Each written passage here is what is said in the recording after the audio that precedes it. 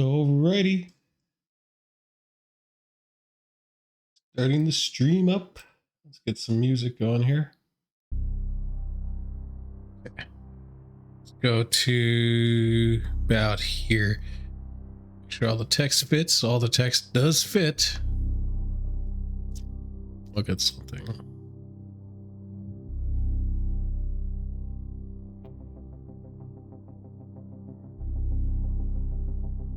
Make it a little bit bigger, huh? Make sure it fits. Okay, there we go. We got big text. So we got feedback loop, opening introduction, Seattle Metroplex, summer of 2060. Seattle never sleeps. It just changes masks. Oh, wow. Okay, so we're going full noir then. By day, it sells itself in polished chrome and corporate glass. Renraku towers, Mitsuhama offices, Aries billboards, knight-errant patrol routes, dock wagon contracts, soy calf franchises, and wage slaves with dead eyes marching beneath glowing AR advertisements promising better bodies, better credit, better lives. By night, the mask slips. The rain comes down, black and electric. Neon bleeds into puddles. Oh, wait, let me do something here. Need a second. Oh, look at that, you got all that.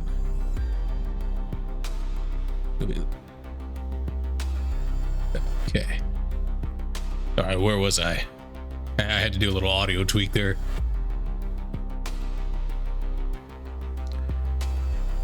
Troll bouncers smoke under broken awnings. Gangers claim intersections by color, by blood, by who got shot there last week. Spirits move unseen through alley fog.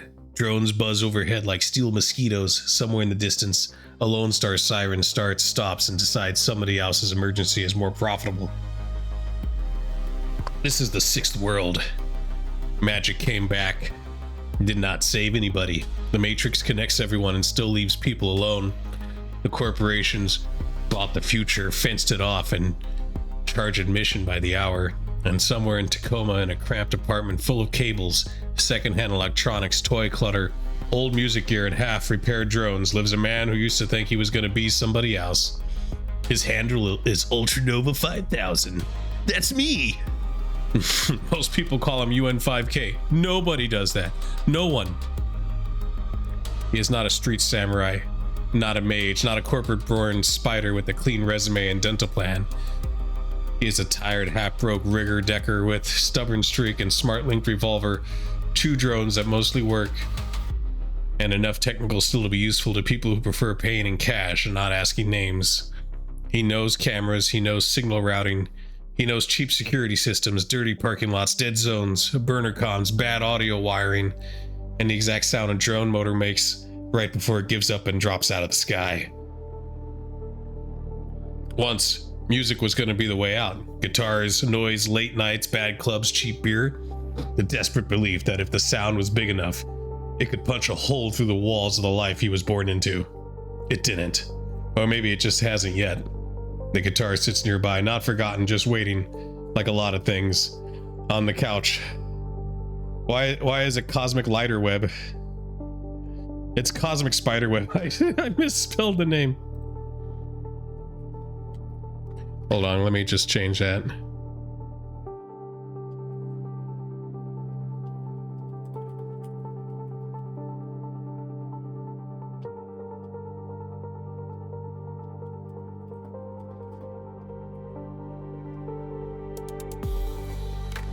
Okay, let me just do that real quick. I'll retcon it now, but you know, that'll at least tell the AI to retcon it later. Okay, old street rumors and expressions people make when they think nobody is watching. She has the kind of calm that makes dangerous people uncomfortable. She believes the world talks in symbols. UN5K believes the world talks in invoices, ammo counts, and failed electronics. They are both usually right. Okay, in the room, Ultra Baby sleeps. That changes everything. It changes how loud Ultranova can be, how late he can stay out, how much money matters, how scary a knock at the door becomes. how heavy a gun feels when you pick it up, but because in the shadows, people love to talk about freedom. Freedom from corpse, freedom from sins, freedom from bosses, rent, laws, debt, old lives, old names. But UN5K knows better. Hey, what's up, Nevercocker? Do you like my fucking gritty noir? Do you like that? I put myself in the game. Look at this. This is exactly how my house looks. It looks nothing like it. All right. What was I doing here? Freedom is expensive. Rent is monthly.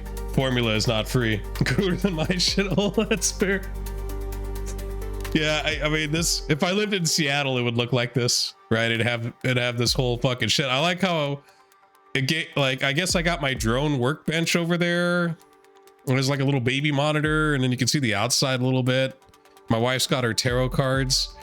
There's a little toy dinosaur, you know. Not bad. Drone parts are not free, doctors are not free, and the shadows do not care that you have something waiting at home. Okay, so it's 10:07 in Tacoma. The apartment is quiet in a temporary way, not peaceful, just quiet. The kind of quiet earned through effort, timing, luck, and not stepping on the wrong floorboard after the baby finally goes down. A cheap baby monitor hisses on the table beside a half-cold cup of soy calf. Rain taps against the window. A rotor assembly sits disassembled on a towel. One of my drones rests belly up on the workbench, its casing open like a patient on an operating table. We're being real fucking. Oh my god, the crawler drone sits near the edge of the desk, small and ugly. Its camera eye dark. The flying recon drone hangs from a wall, hook folded and ready, patched twice with mismatched parts. The Ruger Super Warhawk sits in the drawer within reach. Yeah, that's my gun. That's like the biggest gun. No, not displayed, not dramatic, just there, because this is Seattle. Cosmic Spiderweb sits nearby with their cards spread across a low table. One card is turned sideways. One has been covered with a bottle cap. One has Ultra Baby's tiny plastic dinosaur standing on it like some ancient beast claiming a kingdom. She looks at the spread for a long moment, then at me. You're restless. I don't need to answer. The soldering iron smokes faintly. The drone part refuses to sit right. The rent is coming. The pantry is not empty, but it's not comfortable either. The last repair job paid late. The last Matrix side gig paid less than promised. The last person who said easy money had 3 missing teeth and a bullet hole in the passenger door. Outside, a delivery van rolls past the building too slow. Maybe nothing. In this neighborhood, maybe nothing still gets noticed. The baby monitor crackles. Ultra Baby makes a tiny sleeping sound from the other room, then silence again. Cosmic Spiderweb lowers her voice. Coyote says the night is about to ask you a question. Oh shit. I look down at the drone guts on the table. A tiny status LED flickers red, then green, then red again, and then green, and then purple. The pocket secretary chirps once, not loud, just enough. A message is waiting. I haven't opened it yet. For now, it is just a light blinking in the dark. A door not yet opened, a choice not yet made. And outside, Seattle keeps raining like it's trying to wash the chrome away. And then an ad comes on in my YouTube music, and I have to skip it. Okay, we're back into our fucking cyberpunk thing. What does he do before opening it? What would he do? Take a dump before opening it? Like, all right, so it corrected the cosmic spiderweb. That's what I get for doing this crap on the phone. All right, let's see. Open the message. Why not? It's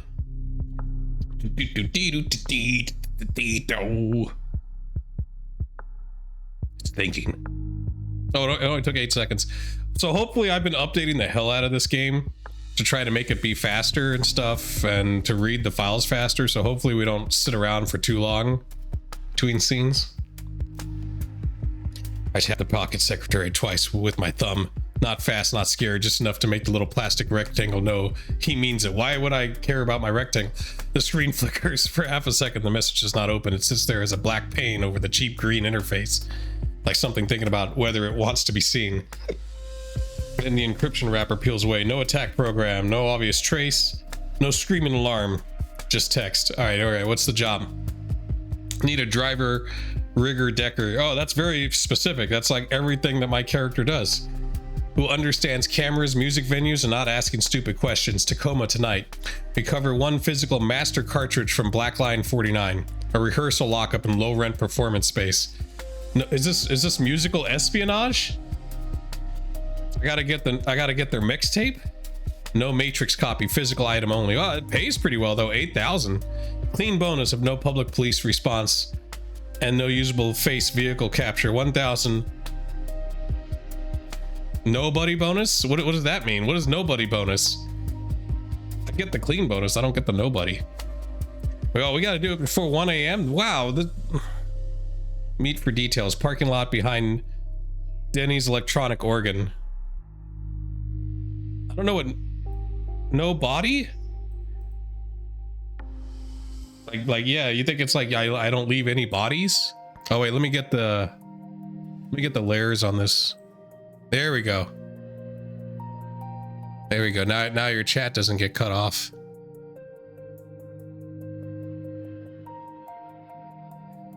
I gotta reply within 5 minutes? What kind of fucking job is this? Rain sticks on the glass. Somewhere through the wall, a neighbor's trid laughs too loud at something that was probably not funny when it was new.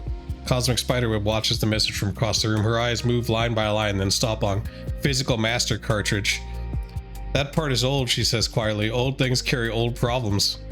The baby monitor hisses. Ultra baby sleeps on. My eyes drift from the message to the workbench. The crawler drone still has its side panel off. The flying recon drone is charged, but one rotor bearing has been whining lately. Why couldn't my crap be ready? Like my whole thing is I use like remotes and stuff, and like I hack. What's up, Bulbasaur? It's like the old Spider-Man villain, Dr. Noah's body. Basically a bad guy version of Mr. Invincible. Dr. Noah?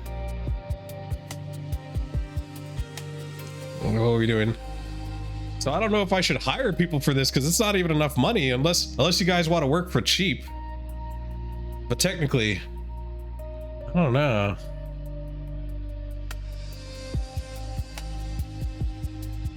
All right, where were we? The drifts from the message to the workbench. The crawler drone still has its side panel off. The flying recon. The job is not huge. That is good. The job is tonight. That is bad. The job involves camera, a music venue, and something too physical to copy over the Matrix. That is interesting. And the line about no obvious magic means somebody involved either fears magic, knows magic, or has been burned by it before. The timer keeps counting. Cosmic Spiderweb turns over one more card in her spread. She does not show it to him right away. Before you answer, she says, you should ask yourself whether this is a job or a bait shaped like a job. Well, that's fucking confusing. Damn, what should I do? Should I take the job? I mean, if I take the job, I should do it alone because this pay sucks.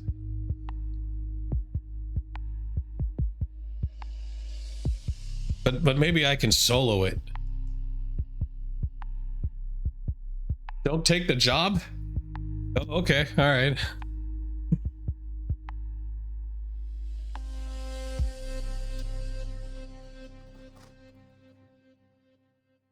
Is this a sneak and snatch? I think it is. Oh no, my fucking commercial. Julian is known for great bets. Cuddle and save on insurance. Oh my god. I am the Cisco, that is true. I walked with the prophets. Back to the silly music.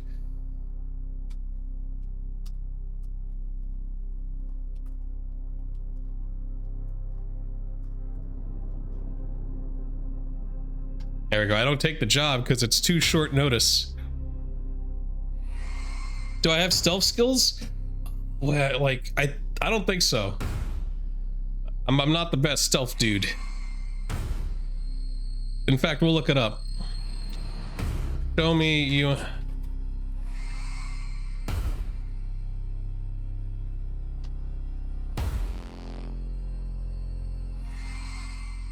right, let's see.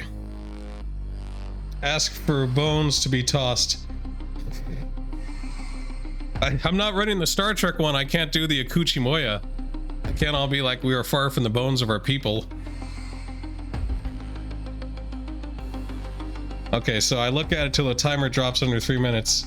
It's divination, do it? Okay, well, it's too late. We're not doing the job. Oh, wait. So I exhale through my nose, not a laugh, more like a sound a man makes when someone offers him just enough money to get killed. Poor. He thumbs the reply field.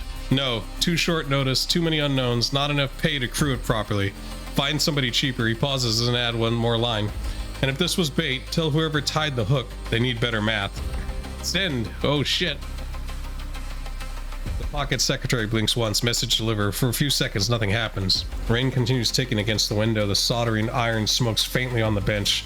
The crawler drone open side panel reflects the apartment light in dull little springs. Strips of metal and cheap plastic. Cosmic Spiderweb watches him from the couch. Then she nods once. Good, she says. Coyote likes men who can count.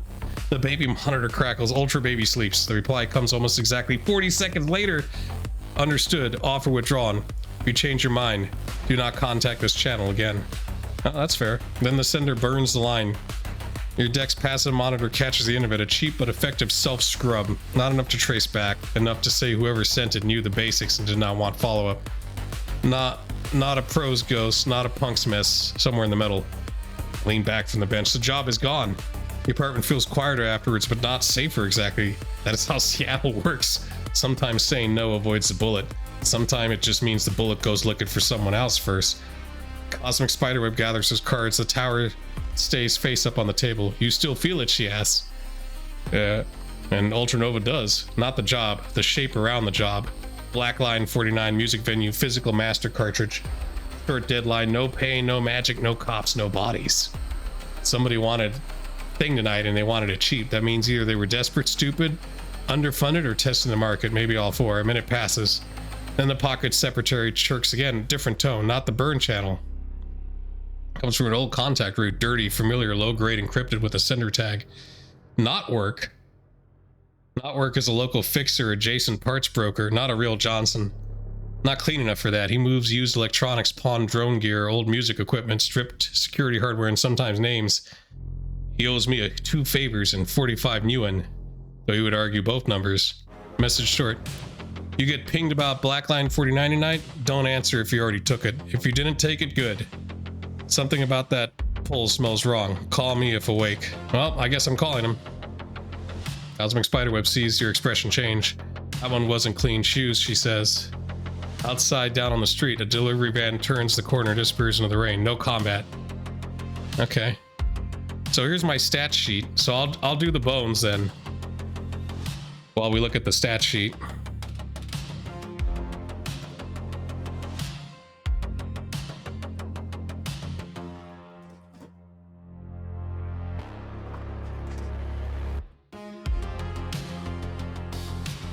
Alright, so here's my character. Let me get to the beat first here. I'm cybered, wheelman, drone wrangler, heavy revolver backup, failed rocker doing night work for bills. So true. Married to Cosmic Spiderweb, father of the Ultra Baby, indeed. Damn, we only have 5,000 fucking Nguyen? Oh my god. Well, my reaction's fucking amazing. 7 because I wired reflexes. Ace 5 before the cyber, so I have like cybernetic implants, so my reactions are godlike. My intelligence is all right.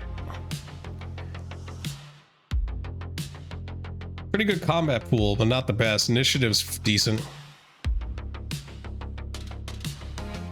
Active skills. My computer skills are pretty high though, 6. Car skills are good.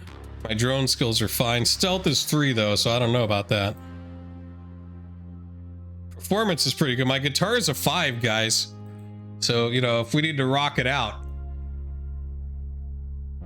Here's my knowledge skills. Look, I know about fighting games, retro video games, RPG systems, 4X strategy theory, movies, cult films, heavy metal, red techniques.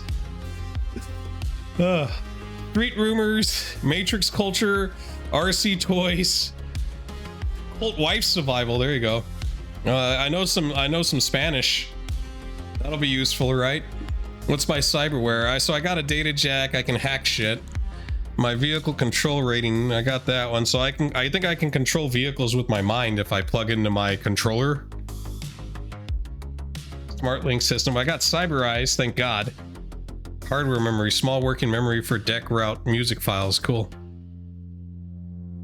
Got a big gun.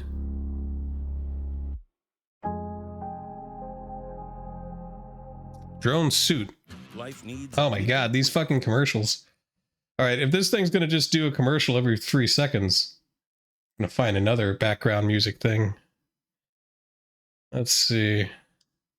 Well, you can listen to the Super Nintendo soundtrack. No, that would be even more commercials. We need something like AI generated. Here, we'll do this one.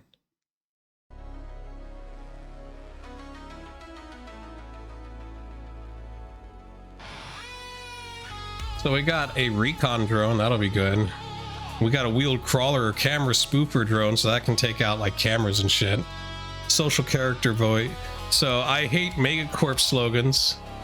I hate fake we're family HR language. Finance traps, algorithmic culture, cheap Johnson math, being rushed into bad jobs. So there you go. Hey, look, I also know Real, the other character, and Kirk Cool Beans, as well as Ball Busting Babe. They're also contacts. We all ran together, I guess, as well as my wife, Cosmic Spiderweb. Ultra Baby is not a playable character, so don't bother with that. Okay, so we'll ask Cosmic Spiderweb to have Bones toss. UN5K leaves Notworks message unanswered for the moment. He looks from the pocket secretary Cosmic Spiderweb. Before I call him, he says, throw the bones. Cosmic Spiderweb does not answer right away. She gathers the cards, clears the space on the low table, and reaches into a small cloth pouch marked with faded ink, tiny beads, and a strip of red thread. The pieces inside do not all look like bones. Some are card plastic. One is a bird skull charm. One is a snap guitar pick with a hole drilled through it. One looks like a tooth, but probably isn't. Probably. She cups with both hands, closes her eyes, and whispers something too low for me to catch. The room seems to lessen. Then she throws. Let's see now. Read the shape around black line. Oh, she got a success, though. 3 successes. Solid omen read. Symbolic, but useful. Not perfect future sight. The bones scatter across the table. Cosmic Spiderweb does not touch them. She leans forward, eyes moving from piece to piece. The bird skull lands upside down. The guitar pick lands point first toward the window. A tiny blackened bone rolls until it rests beside the plastic dinosaur. The tooth lands alone near the edge of the table, almost falling off. Cosmic Spiderweb's face tightens. Not bait for you, she says. Not originally. She points to the upside down bird skull. Someone is trying to silence something that already sang. Then the guitar pick. Music, yes, or a stage, or someone who used a stage as cover. Then the tooth near the edge. Debt, hunger, someone desperate enough to bite down on a bad deal. She looks up at me. The job was cheap because the person hiring didn't have enough money, enough time, or enough power, maybe all 3, but the danger around it is bigger than the pay. He studies the blackened bones besides his toy dinosaur. The part is ugly. Something old recorded, something someone thought was dead, a master, a copy, a voice, a confession. Maybe not matrix data, maybe sound, maybe memory. Oh, that's maybe anything. The baby monitor gives a soft hiss. Ultra Baby stays asleep. Cosmic Spiderweb finally touches one bone, turning it slightly with her fingernail, and there's a hunter already moving. Not police, not Clean Corp security, something hungrier. Street level, but pointed by someone above the street. She sits back. If you call not work, ask who else got the offer. Ask who owns Black Line or Back Line 49. Ask who played there before it became storage, and ask why magic was forbidden. Do not go alone tonight. Okay. Well, I guess we call not work.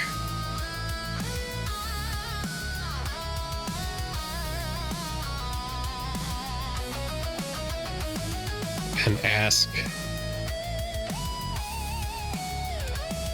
There we go.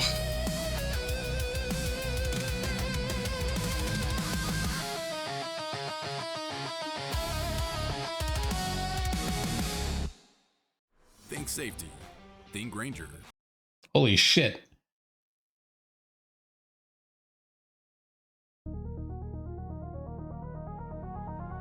I swear I'll find like a YouTube thing that doesn't have like an ad every 5 minutes, because that's ridiculous.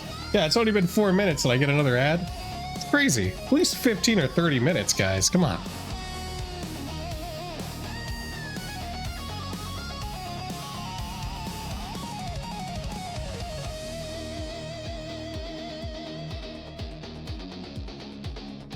Oh, it's rolling some etiquette.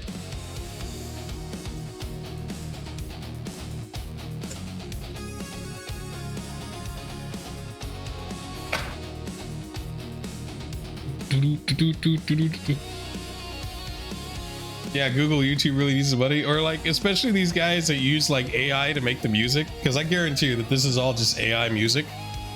You know, it's like you know, you make it and you upload it and then you gotta like put an ad on it every 10 minutes. It's just crazy. I mean, technically I'm using AI right now, but this is different. It's like we're playing a game.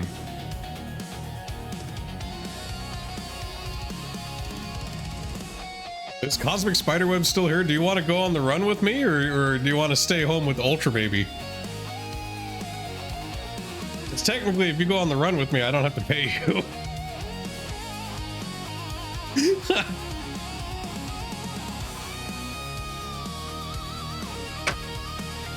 She probably went to bed. That's okay.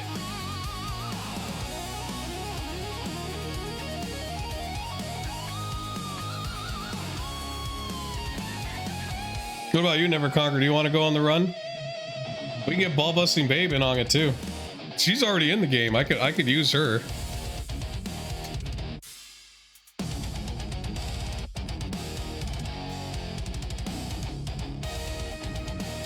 Sounds like some fun. Yeah, just let me know what race you want to be, and like, or yeah, that's right. Ball Busting Babe will show up and be like, if you're gonna ride, you're gonna do it in style. She'll probably just say that the second time. I just need to know like what race you want to be, and like what do you want to do? You know, like ideally I feel like some form of combat skill, like guns or swords. There's axes and shit too. Like I technically I guess we could do spears or long swords. I added those in. And there, you know, there's machine guns, rifles, pistols, shotguns, and then like some other skills too, like hacking or driving. Though we already have 2 drivers. Technically, I'm a driver and Ball Busting Babe's a driver. What is the game based on, or is it custom? It's based on like rules from the 90s.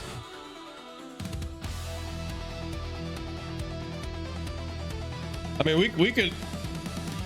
Like, we could do a thing where you're like a former security guard with some military training. You know, you got some skills in like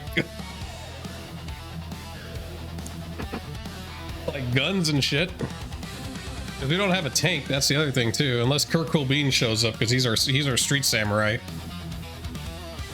All right, let's see. UN5K picks up the pocket secretary, glances once at Cosmic Spiderweb's bone spread, then routes the call through a dirty little relay chain he keeps for people. Yeah, XCO. There you go. Okay. All right, hold on. Make character.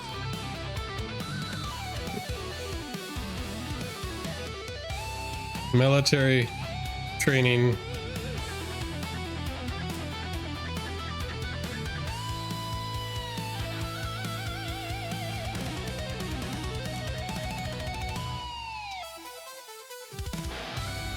There we go.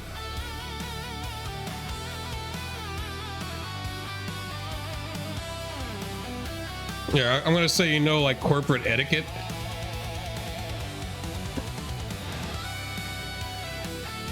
Security skills and electronic. Okay.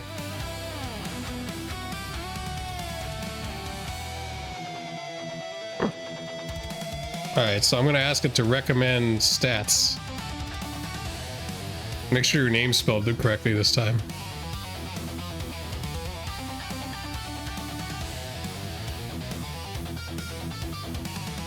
Okay, so while it's working on that, I'll continue reading. Well, I'll figure out a way to get you guys into the run. But we need to get paid first. We need to make some money because Ultranova only has $5,000 fucking dollars, and that's not enough to pay another runner. All right. Wait, not work answers the fourth pulse. No video, just voice. Thin, nasal, paranoid, always sounding like he is whispering from behind a stack of stolen printers. Yeah. What do you see, Enrico from Resident Evil now? Yeah. UN5K keeps his voice low.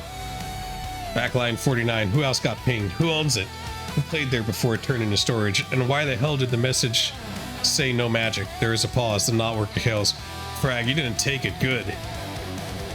Etiquette Street runner boards. Okay, so I pressed him. I succeeded. Not work gives real information, but not everything in the shadow knows everything. Okay. Not work lowers his voice even more. Okay, I don't know the whole shape, but I know enough to know it stinks. Let's see now. A clatter comes through the line. Something. Damn it. How many fucking ads? Off your auto insurance premium. Fucking auto insurance. Here, I'm gonna try this one. This is fucking Castlevania music. Oh, you want some Aikido too? Okay, well we'll get there when I go through your character sheet, and we'll finalize it. I'll continue the story though.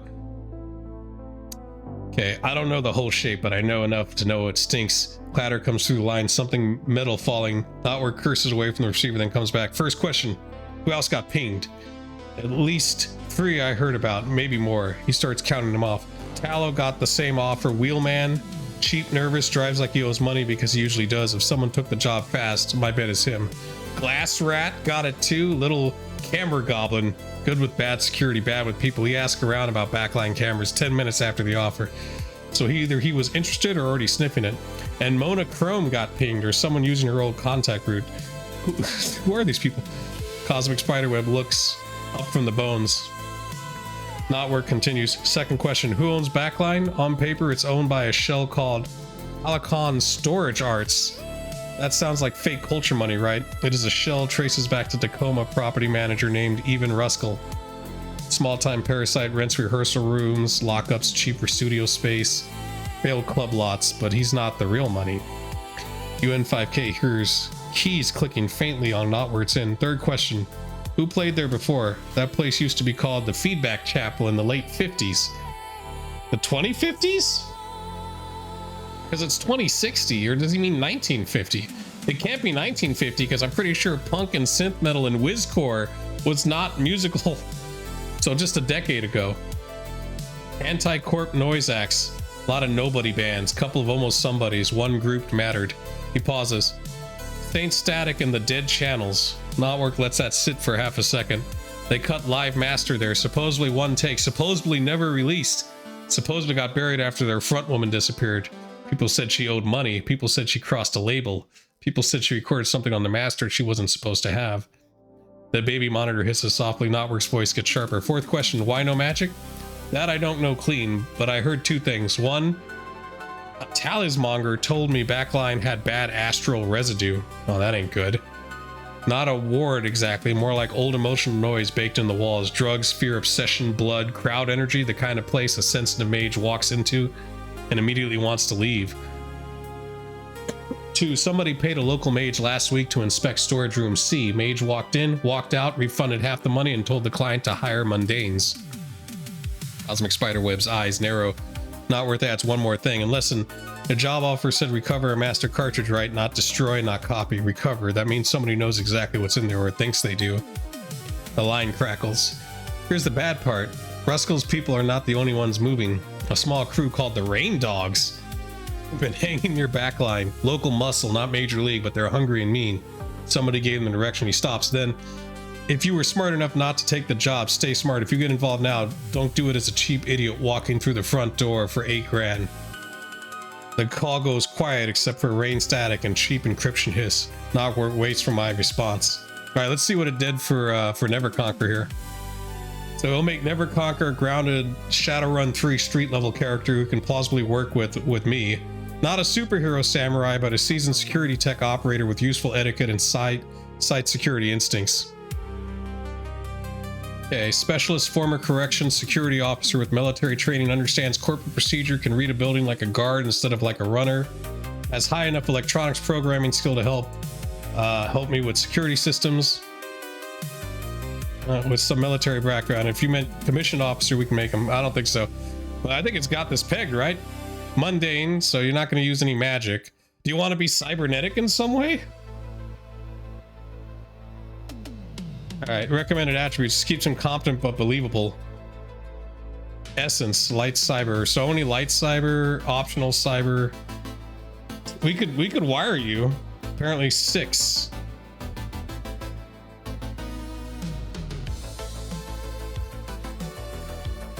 Body intelligence, willpower. He survives because he is tough, observant, and stubborn, not because he is the fastest guy in the room.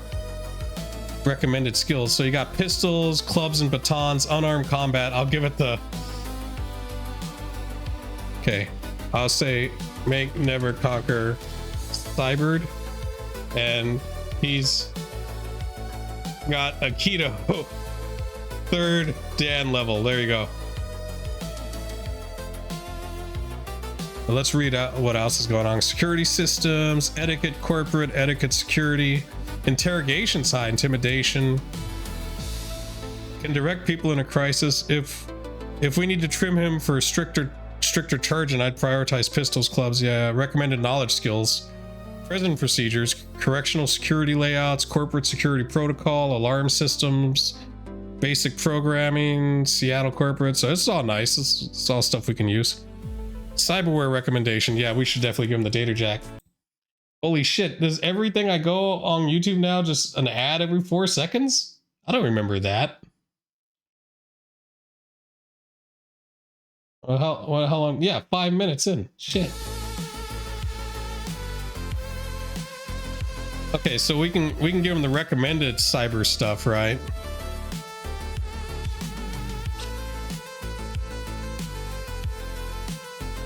Primary weapons, heavy pistol, conservative, reliable. And then you got like an extendable baton or stun baton.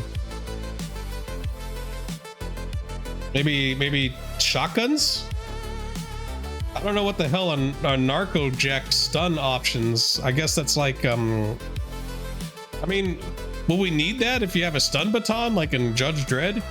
Or not Judge Dredd, but fucking Demolition Man? Hers restraint, control, and clean angles. He's not a spray the room guy. Okay. Let's see now. Armor depends on the job. You got restraints, flashlight, electric toolkit, security toolkit, pocket secretary. Everyone has those. It's like a cell phone. Some fake corporate security IDs. So no dead bodies. That's true. Suggested personality. Never Conquer is not loud. He has the energy of someone who has seen 100 idiots get hurt because they thought rules did not matter. He does not trust criminals, but he understands them. He does not trust corporations, but he understands the procedures. He does not trust runners much either. He's the kind of guy who notices which camera is fake, which guard is under-trained, which door is actually important, and which person in the room is about to panic. He probably says things like, "No, that hallway is too clean. Real traffic does not use it." Security does not watch everything. They watch what their supervisor yells about. If this place has a panic button, it is under the left side of the desk. Do not threaten the guard. Make him follow policy. Policy is easier to manipulate than fear. Best role. Never Conquer is a strong companion contact because they complement each other. Yeah, because I got drones and cameras. You got physical security, matrix and electronics. You got alarm panels. Professional security habits, controlled sidearm, baton discipline. So you have some kind of like melee going on too.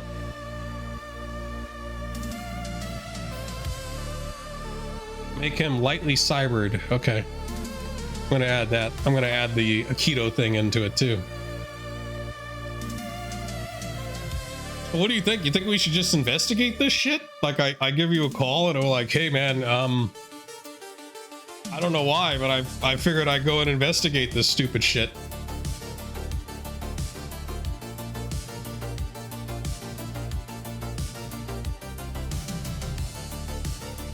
Like we're like old buds from the club.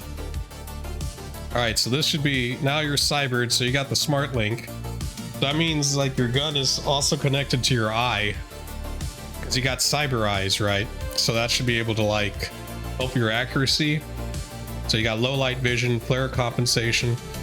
Ooh, yeah. You got like flashbangs and shit. We can definitely use that. Image link, display link.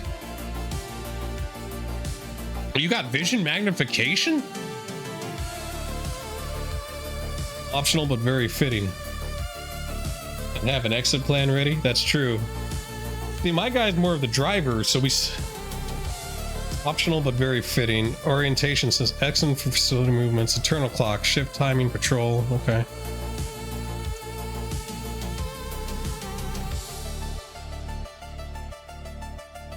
Okay, so you still feel human discipline experience rather than overbuilt, so that's not bad.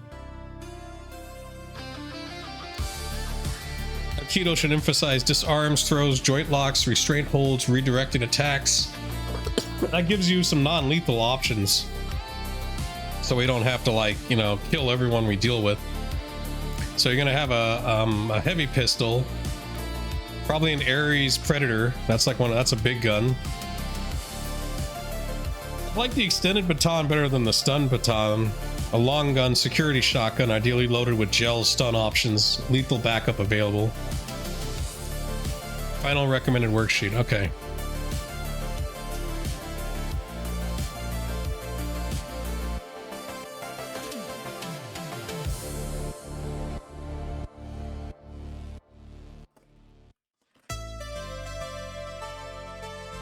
Let's see now. I gotta also say,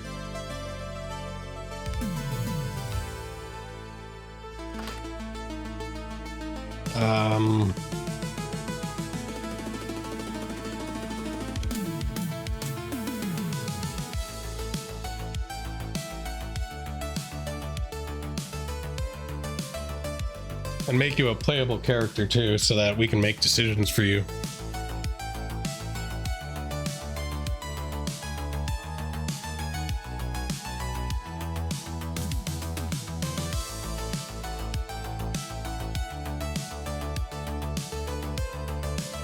Alright, Never Conqueror is now live in the campaign. So you're in the same. He is now part of the active cast. But I remain on the call with Not Work. Not Work waits on the line. I lean back in the chair, one hand still near the pocket secretary, the other resting on the edge of the workbench beside the crawler drone open side panel. Okay. I say, so you called me to tell me not to take a job I already didn't take. That's neighborly. What do you actually want? Not Work makes a sound halfway between a cough and a laugh. Want from you? Nothing. I'm a civic-minded businessman concerned with public safety. I say nothing. Not Work cracks first. Fine. I want to know who bites, because if Tallow takes it, he gets robbed or killed, and his van gets stripped by sunrise. If Glasserat takes it, he panics, trips an alarm, and suddenly every camera guy in Tacoma is under scrutiny. If Motochrome's dead contact route is getting offers, and someone is either scraping old runner boards or deliberately invoking dead names. Cosmic Spiderweb quietly begins gathering the bones back into her pouch, but she leaves the tower card face up. Not Work continues, and because Backline 49 has old gear in it, not just music gear, old security gear, old recording hardware, weird antique storage media, a place like that gets cleaned out by idiots, I lose money. A place like that gets locked down by court cleanup, I lose access. A place like that turns into a murder scene, everyone gets nervous. I watched the rain beyond the window. You know who should look at it, he says. Not Work pauses. Don't say you. Not me alone. Another pause. Then Not Work says, you still know the old prison security guy? My eyes flick to the contact list. Never Conquer. His name sits there with an old encryption tag, a physical address dropped, long outdated, and 3 different comm routes marked by reliability. Not Work speaks more carefully now. He's still breathing? Last I checked. That he's exactly the kind of bastard who would know whether backline security is real, fake, lazy, or waiting to bite somebody. He used to do facility reads for people who didn't want to admit they needed runners. Cosmic Spiderweb looks up. That's the one, that's one with the old iron bone, she says. I glance at her, she shrugs. His shadow stands square. Okay, cool. Not Work hears enough of that to get uncomfortable. Cracking shamans, he mutters. Anything if you're asking whether I trust him more than some 21-year-old with a stolen SMG and a murder tattoo. Yes, if you're asking whether I want... Play gorgeous. Oh my god. Whether I want my name attached, no. Okay, what can you give me if I decide to look into it my way? Not Work does not answer immediately. Then I can get you an old floor diagram, not perfect, maybe 5 years out of date. Backline 49 was chopped up Okay, let me get the music back. Was chopped up twice since then. I can also get the public ownership chain. Maybe a list of rented rooms if my storage guy is awake. Cost? You're not blaming me if the map is wrong. Money? Fine, 200 for the diagram and ownership poll. 500 if I get the tenant list. I'm bleeding myself dry for community safety. Wait, why the fuck would I want... I'm not paying this guy to go do a job that I'm not getting paid for. And if you bring Never Conquer in, tell him I never sold that batch of bad Maglock contacts. That was a supplier issue. The line goes quiet again. Current options are open, but nothing is forced. So I'm at home, on the call, declined original job, has not accepted a replacement job, can investigate independently if desired. You know, like, so in other words, we make no money.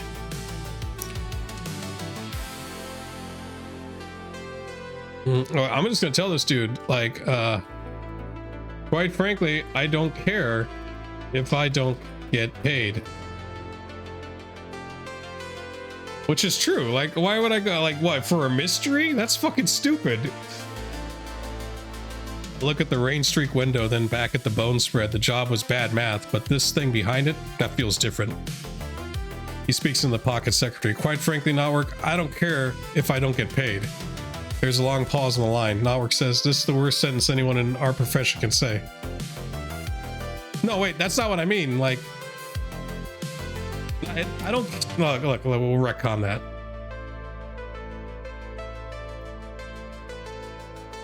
I don't care about the job or going to backline if I'm not paid. There we go. Okay. Yeah, retcon. I don't care about it. I'm not going to work for free. I'm not investigating independently. I'm not paying him. Never Conquer still exists. But my stance is no pay, no job. Okay, I listen to the warnings, the rumors, and the dead runner contact route, then talk about backline 49 and some master cartridges that may or not matter. Then I give the pocket secretary a flat look. Let me stop you right there. Notwork pauses.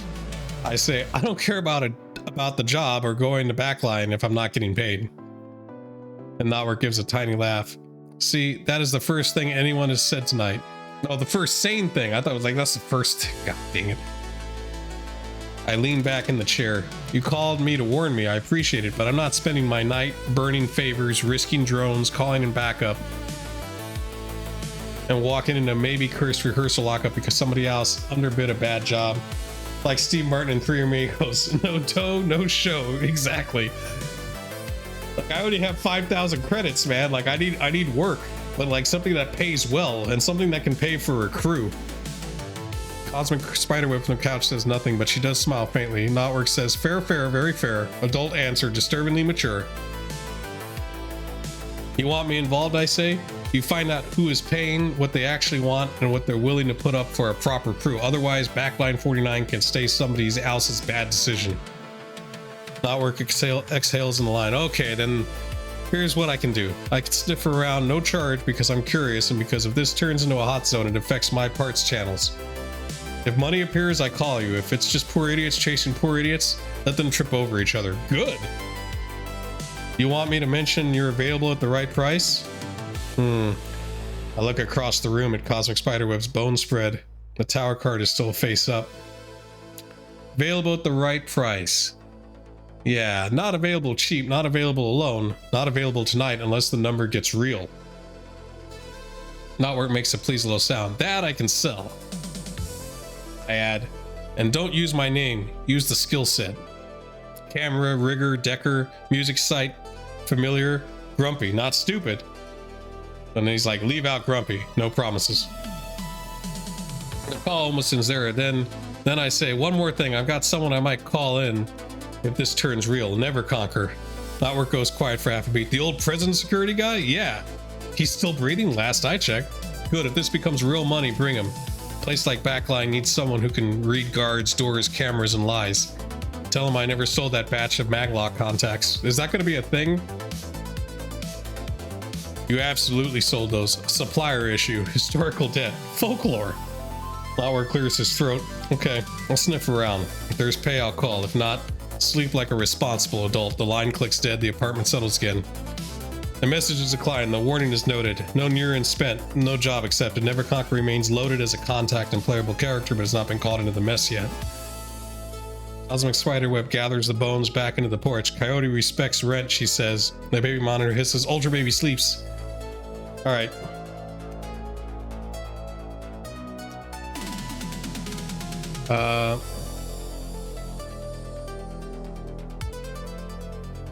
I'll continue working on my drones.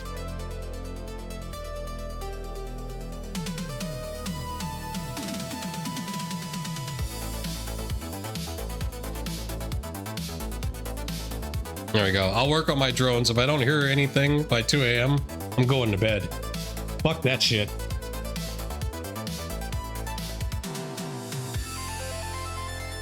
We need something that, like, you know, that because we got Ball Busting Bay, we got Neverconquer. We can do a three-man raid. You know, we need to make money to do it though. Like 8,000. That's really shitty. We need to make 8,000 each.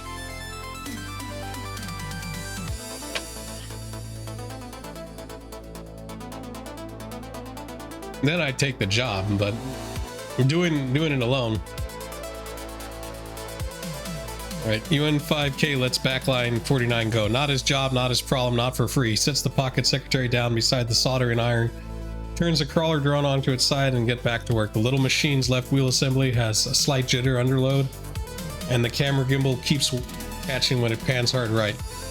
Not enough to scrap it, enough to get it spotted at the wrong time. Cosmic Spider watches him for a while from the couch and quietly gathers the bones and cards. You're really not going? No, not unless money appears. She smiles faintly. Coyote respects a man who knows the price of trouble. That's true, I do. The baby monitor hisses. Ultra baby stays asleep, thank God. We should have a roll for that, like if the baby wakes up. The rain keeps tapping the window. Ah, my mouse. I get back under the crawler's casing. Cool, my basic maintenance succeeded. Yay! The crawler's gimbal loosens after 20 minutes of swearing. Micro adjustments and a piece of shade plastic absolutely should not have been loaded. Be a load bearing, but somehow is. Let me get the music back. The pan motor stops catching, the wheel jitter improves, though it still has that cheap drone wobble if it turns too hard on slick tile. The flying recon drone gets a rotor bearing check. The winding bearing is not fixed exactly, more like persuaded to shut up for now. Good enough for a kill for Scout, not good enough for heroics. By 11:40, the apartment has settled deeper into night. Cosmic Spiderweb has dozed off on the couch under a blanket. One hand near the baby monitor, the tower card is still face up on the table because apparently nobody in this house believes in putting away bad omens. By 12:23 a.m., yeah, I have the crawler sealed again. By 1:06, I'm cleaning tools and thinking about bed. Then the pocket secretary, oh, of course. First the pocket secretary chirps. Look at it for a second, then answer. Knobberg's voice comes through lower than before. Okay, so you were right not to move cheap. Yeah, I know. And then he says, I hate that about you. I'm like, what did you find? All right, so he did some sniffing, right? Strong street level information. Outwork finds a paying angle before 2 a.m. Son of a bitch. Outwork speaks fast now, like a man who found money and danger in the same drawer. The cheap job was not the real job. It was a bottom feeder pull. Somebody tried to get a desperate rigger or camera rat to grab the cartridge fast before anyone with actual resources noticed. I say nothing.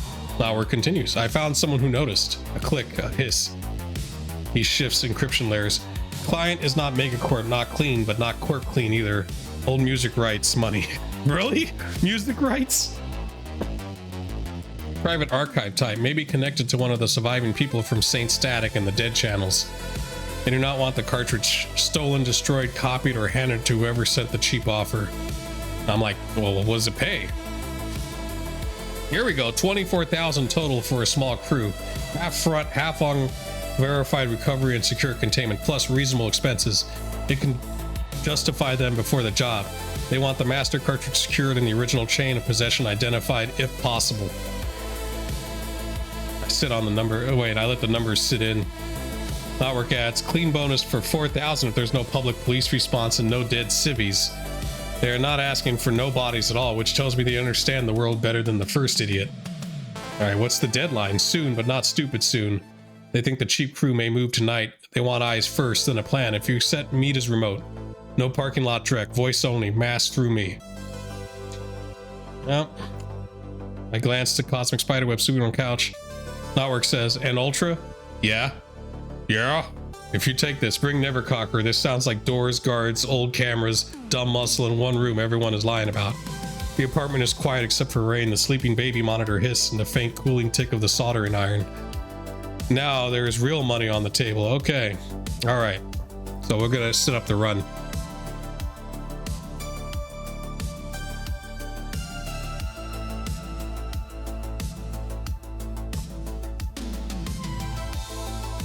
I'll contact Ball-Busting Babe and Neverconqueror.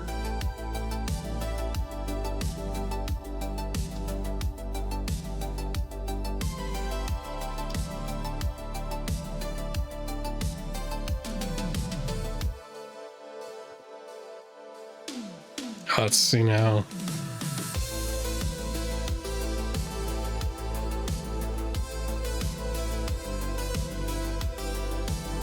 We'll get the crew together.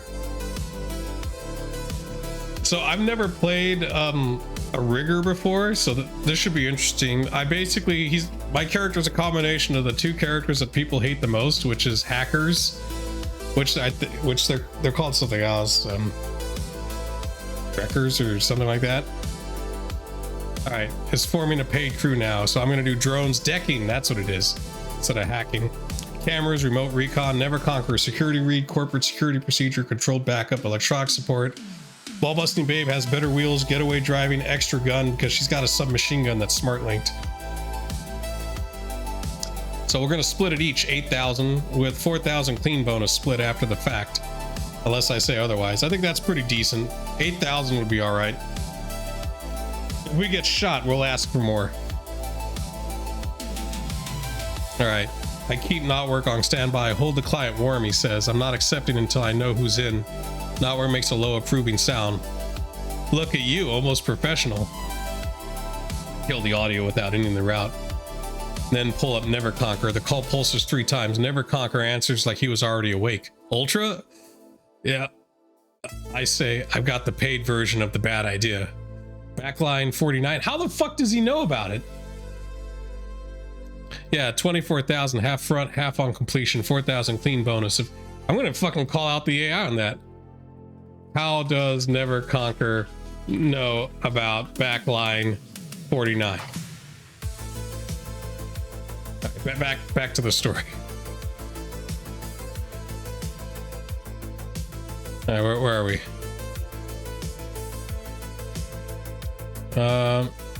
Back here. Neverconqueror is quiet for a moment. How many? 3 if you say yes. Me, you, Ball-Busting Babe. Shares each 8 each base, bonus split if we earn it.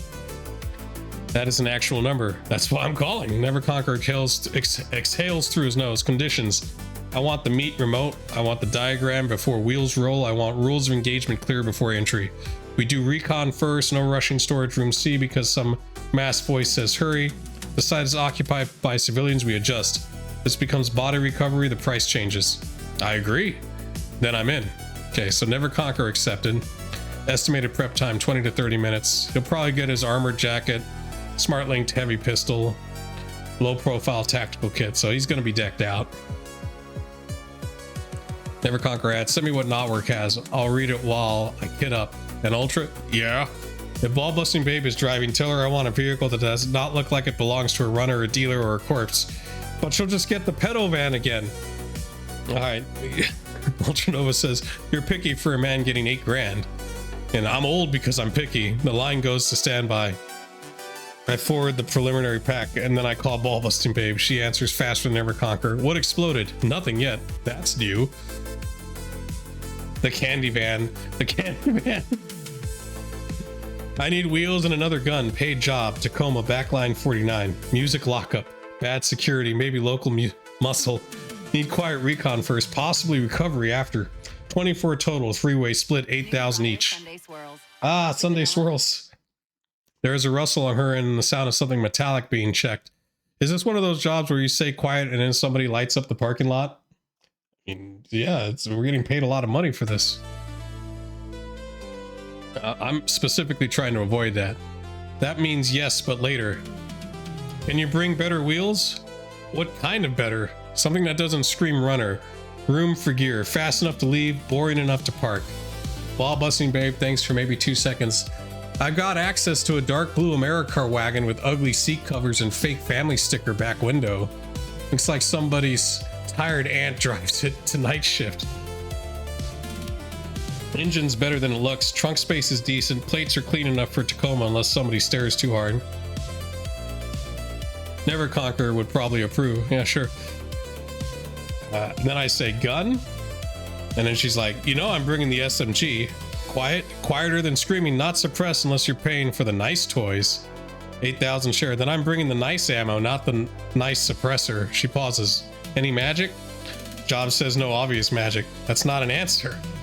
No obvious magic known. Cosmic Spiderweb says the place is ugly. And I stay out of haunted rooms unless you pay doubles. Noted. Pickup? Okay, I gives her a nearby corner, not the building address. She knows better than to come to the apartment door on job business. That's true. Estimated time 25. Okay, so we're gonna be driving in like an old Americar. I guess like a sedan. Okay, so I call not work again. Crew is in provisional. Me, Never Conquer, Ball Busting Babe. 3 shares. We need the remote meet. Front money, all info up front, and expenses if the client wants anything special. That is the crew who combined age high enough to rent a car legally in 3 countries. Okay. Thanks. Focus. I am focused. I like this better. Less chance of glass rat dying in the air duct. Are we gonna have to save the other runners? Client terms. Outwork shifts the line again. The encryption gets cleaner than colder. Client will do remote voice through me. No video, no names. Front half escrowed before you move on the site. They will pay 12,000 up front. Released immediately on acceptance. Completion 12 on secure cartridge or verified containment. Clean bonus 4 on no public police response and no dead civilians. So if we kill a civilian, we'll just put a knife on him or like a gun and be like, oh, he was totally trying to kill us.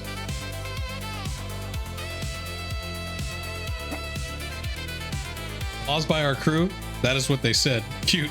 Yeah, I noticed too. The pocket secretary flashes and not work sends a revised job packet. All right, so objective: secure master cartridge, prevent unknown cheap hire crew from removing, destroying, or handing off the cartridge. Identify current chain of possession if possible. We're going to go to Backline 49 in Tacoma. Former low rent performance rehearsal space. This is all stuff we know. So there's some known threats. There's the rain dogs, they're local muscles, so they're like gangers. Possibly the cheap hire. The cheap runners. There's some kind of magical astral concern, but none of us are mages, so I don't think we need to care. Original cheap offer may have come from rival, claimant, or opportunist. Do not destroy the cartridge. Wasn't going to do that. Do not publicly expose client. Why would I do that? Avoid burning site unless unavoidable. Fair enough. I can get the client on mass voice in about 2 minutes. Never Conquer and Ball Busting Babe can lessen if you bridge him. The apartment is quiet again. Cosmic Spiderweb watches from the couch. Awake now. The baby monitor glowing softly beside her. She says, now it has a price. My drones sit on the workbench. The crawler's patched. The flying recon usable. Gun in drawer. The crew is forming. Okay, so I'm at home preparing. Never Conquer accepted. He's en route to readiness. Ball Busting may bring low profile Americar wagon and her submachine gun. Alright, so now I told her, like, how the fuck does he know? He shouldn't independently know about Backline. Yeah, that's right. He shouldn't fucking know. That was a slip from my earlier retcon version bleeding into the new scene. Corrected knowledge state. Before my call, he doesn't know about it. Okay. Clean scene correction. Corrected version. Never Conquer. Wait, I call Never Conquer. I got this job. I got a paid job for me in Tacoma place called Backline 49. Old rehearsal lockup. Bad, cheap offer came through first. I turned it down. Not work says it smells wrong. Now the real money, 24 total. And then he accepts it. So that's kind of what's going on there. All right, so I guess we'll go on to the next scene.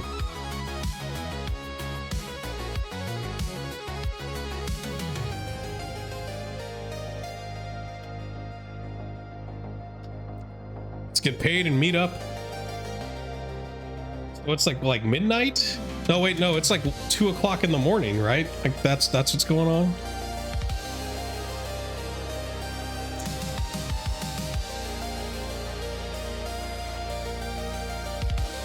Bridge the client, crew lessons only first. Knotwork mutters something about professionalism being contagious, then shifts the call through a colder encryption layer.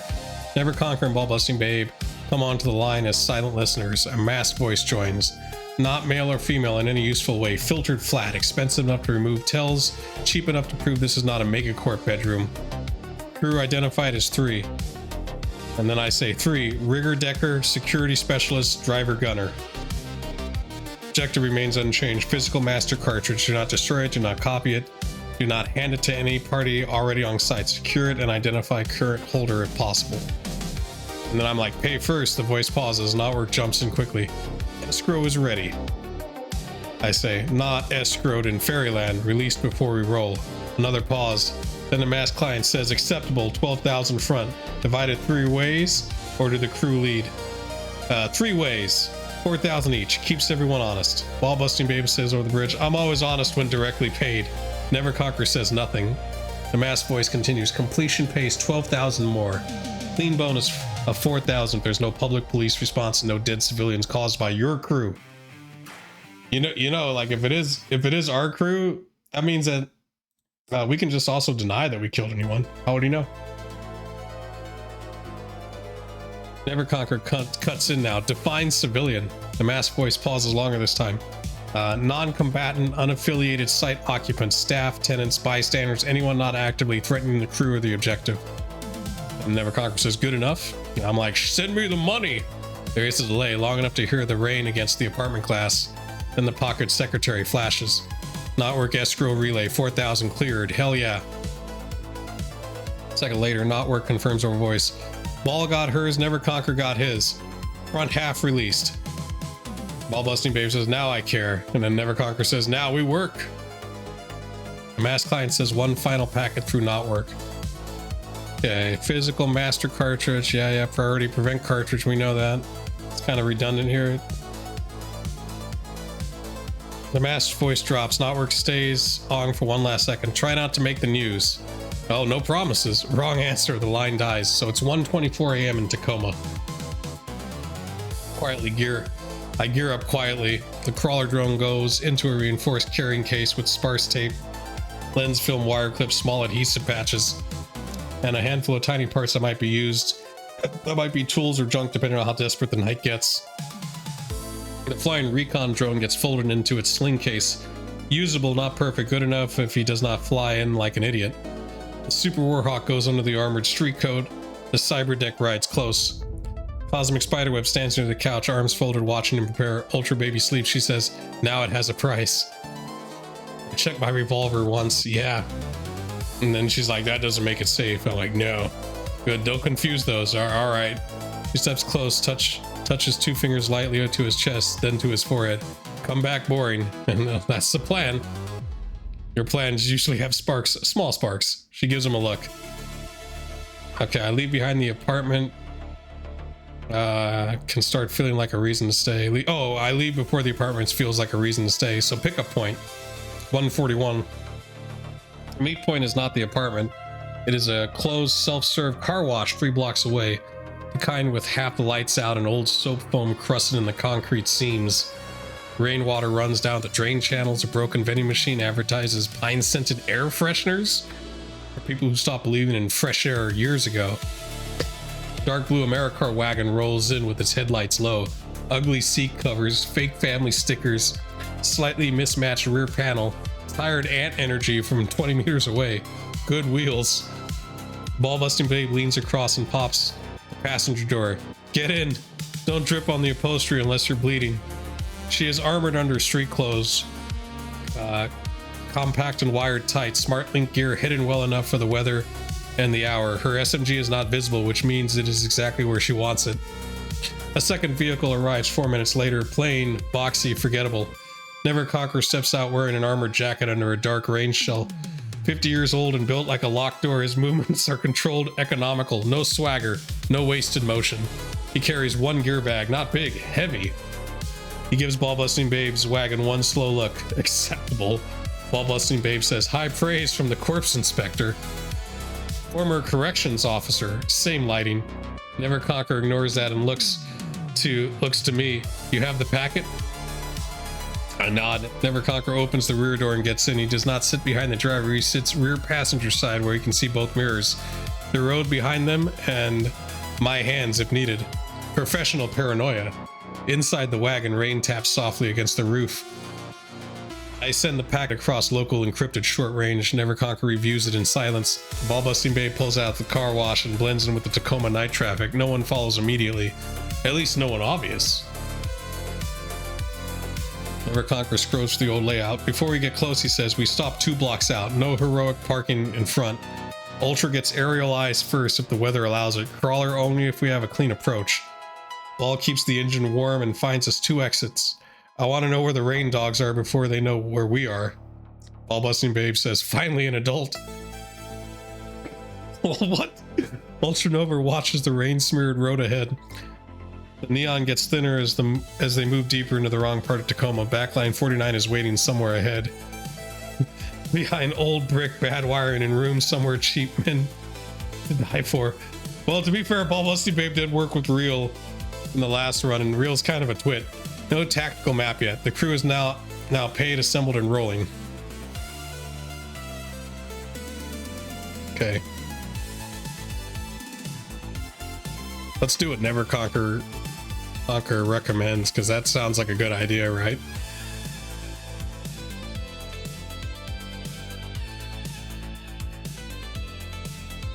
Pro would have been a better term. That's true.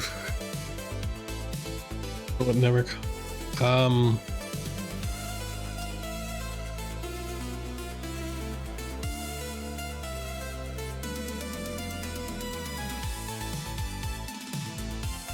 just do what you recommend. It's just easier that way.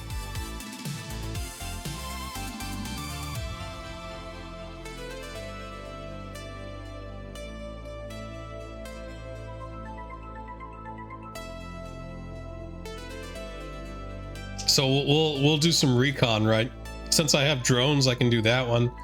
I don't know if Neverconquer and Ball-busting Babe should split up as well, and when we all kind of recon it, or if we stay as a pack. So from what I'm thinking is going to happen is we park like a couple of blocks away, and then I go send out a remote drone as like a preliminary scout, right? And then we'll kind of like approach it, because I don't want us to be too far apart. Because if shit hits the fan, we need to kind of like be able to cover each other, you know? But if we move as a pack, we're going to be easier to spot, but we also are able to cover each other with our perception, so we can see the traps. If any, or any ambushes or whatever. There's I guess, there's 2 variables here. There's like either the gangers are there, more than likely they're around, and then there's like possibly 1 or 2 other runners going after the case, so we might have to deal with them. I don't know about civilians. It's 2 in the morning. Like, who the fuck? Like who would be out? You know, like why would they be there? Should be very quiet.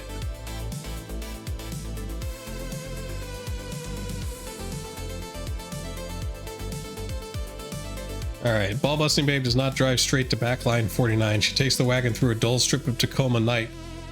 Pawn windows, closed noodle counters, flickering clinic signs, a row of darkened industrial offices with too many fences and not enough lighting. She does not speed, she does not crawl, she drives like somebody coming home late from a bad shift.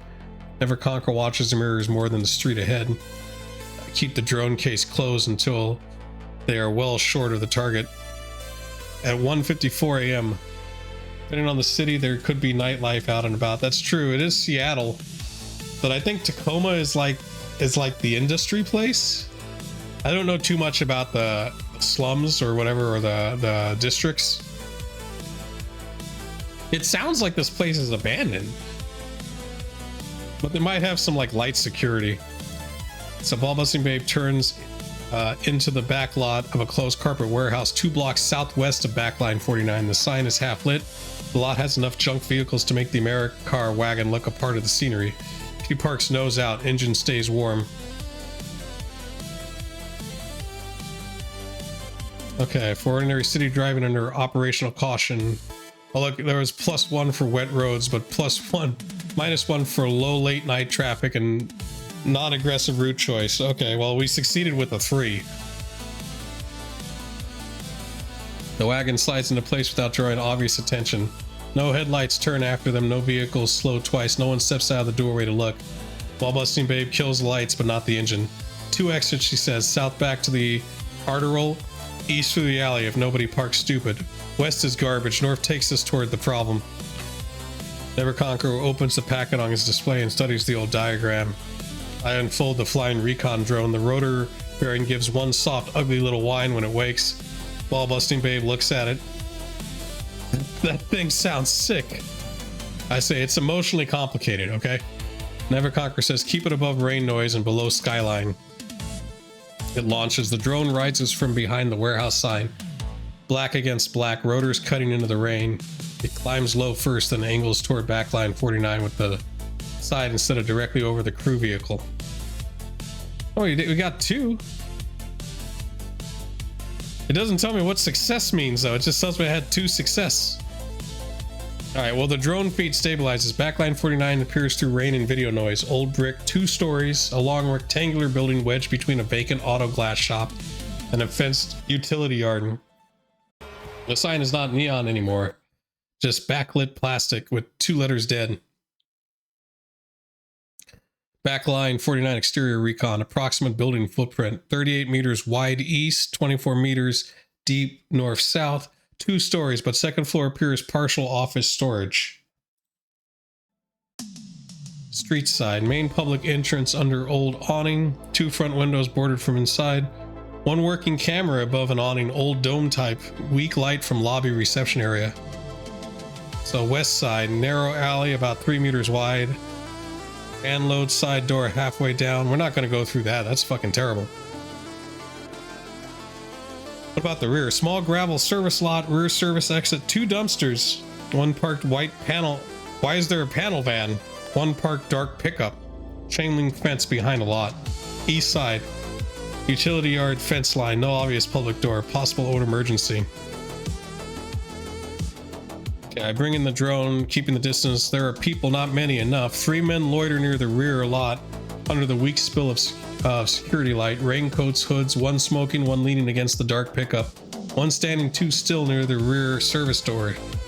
Never Conquer leans forward from the back seat as I share the feed. Freeze there. I hold the drone angle. Never Conquer studies the posture, spacing, and where they are not looking. You got a 3 success. Action, external site security read from old diagram. Never Conquer says those are not guards. Then Ball-busting babe says rain dogs? Likely. Bad perimeter discipline. 1 watches the door, 1 watches the street, 1 watches nothing because he thinks the other 2 are doing it. I pan the drone left. The front entrance has no obvious muscle on it, but the front camera is live. Its dome tracks slightly when the passing car goes by. Never Conquer notices it too. Front camera is active, probably tied to a newer panel. Side camera is newer. Rear lot has men instead of sensors. That means either the rear system is bad, disabled, or someone wants humans there. The drone climbs a little and catches the roofline. There is a fire escape on the west side. Rusted but present, the upper window beside it has a faint line of light behind cardboard or an old acoustic paneling. Then the drone feed flashes once, not static, a reflection. I pull the angle back and tighten the zoom.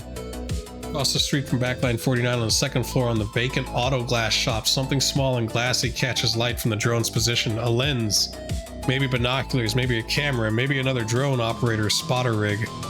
It vanishes almost immediately. Never Conquer's voice goes flat. Someone else has eyes on the building. Ball-busting babe shifts in the driver's seat. Us? Never Conquer says unknown. Could have seen the drone, could be watching the rain dogs, could be watching whoever goes for storage C. I hold the drone steady, but I do not push closer. Current tactical picture.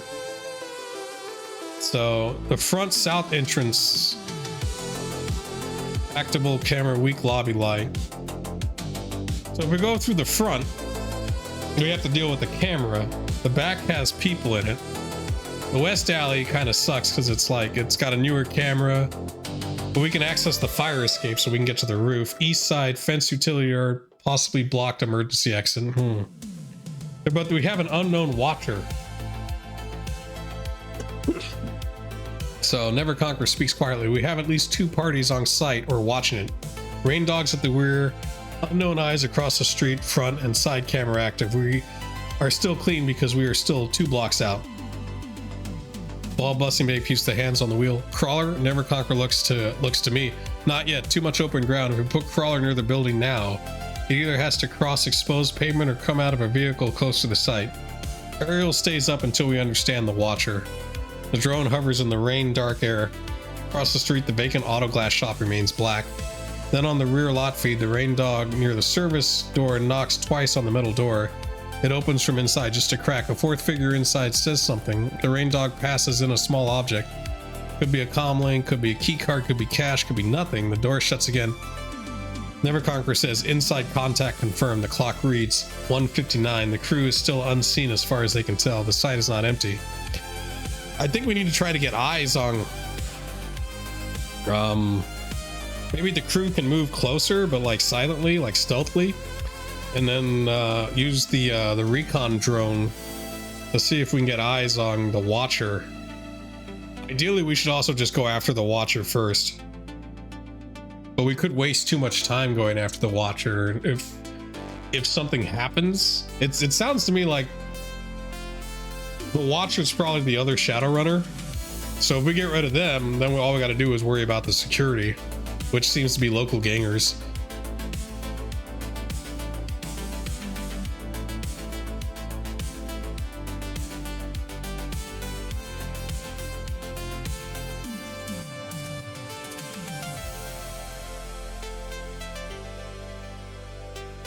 That's what I'll do.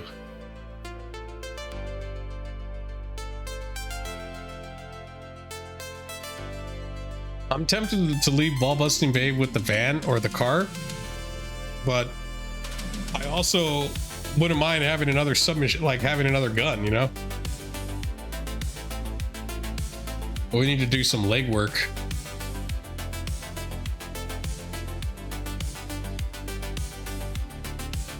Then you need to distract the rain dogs.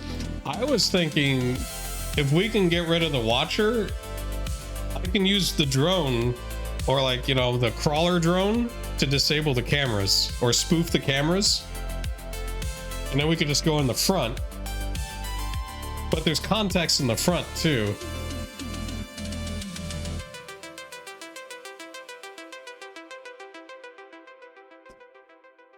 Or there's contacts in the building too, so we still have to worry about the 3 guys in the back. Like if we go loud inside, they're gonna come in. So we can't. I kind of want to approach this stealthily as much as possible. But once we go hot, we go hot. Like we need to like find what we need to get and get the fuck out.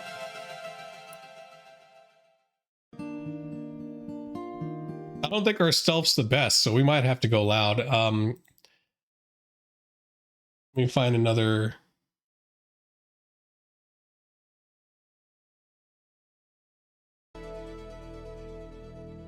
Another music track here.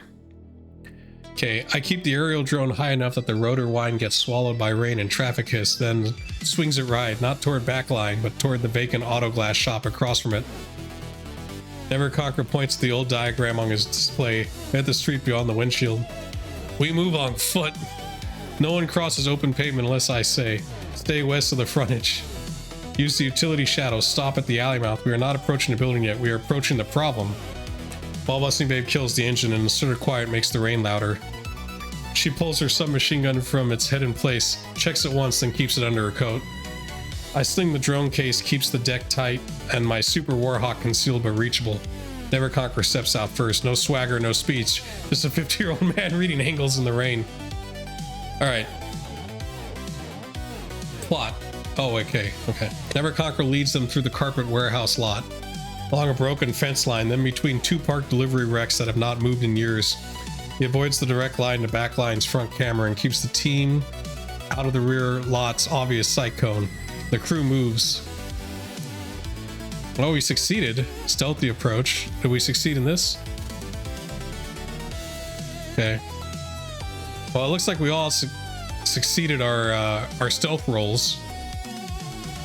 The team reaches the mouse at the service alley, roughly 75 meters southwest of backline 49.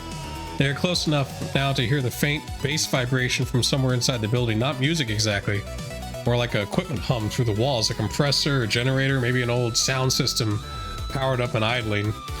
The rain dogs in the rear lot do not react. They didn't see us, they don't care. Never Conquer raises one hand. Stop. The crew freezes in the alley shadow. Ultranova's drone feed becomes the center of the world. He angles the aerial drone around the side of the vacant auto glass shop, slow, wide, not straight at the window. He uses the rain, the broken signage, and the snagging utility cable as cover. Strong success, not bad. The image sharpens.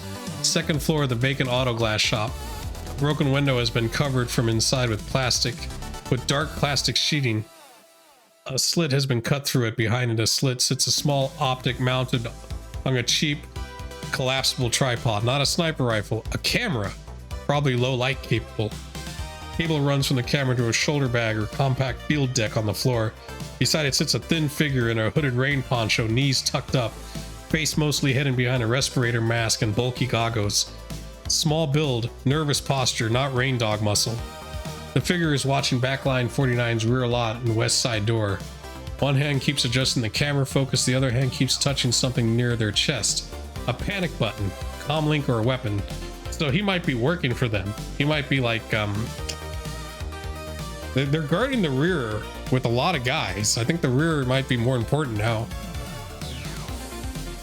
Get one more angle. There is a small pistol on the floor beside the watcher. There is a coil of fiber optic line, a cheap directional microphone, and two disposable camera bugs still in plastic.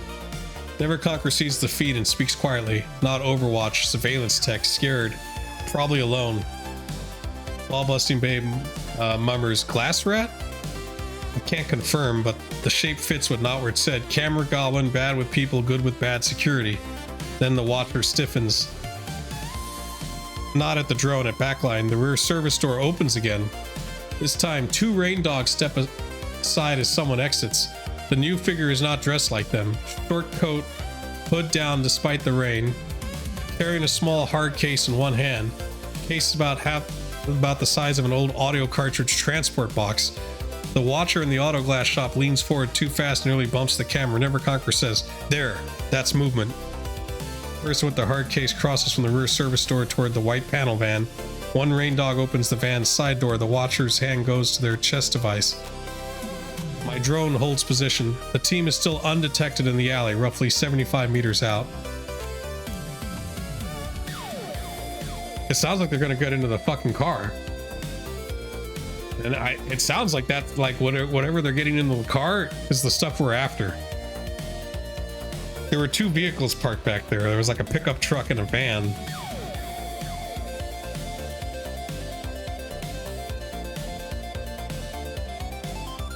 I don't think we need to care about the watcher too much. I don't know, what's he gonna do? We don't know who. I don't think he's working with them, so even if he sees us, what's that matter? There's basically 4 guys outside. Well, we've identified 3 guys, and then there's like 1 guy inside, and then there's this other figure, so there's potentially 5 people.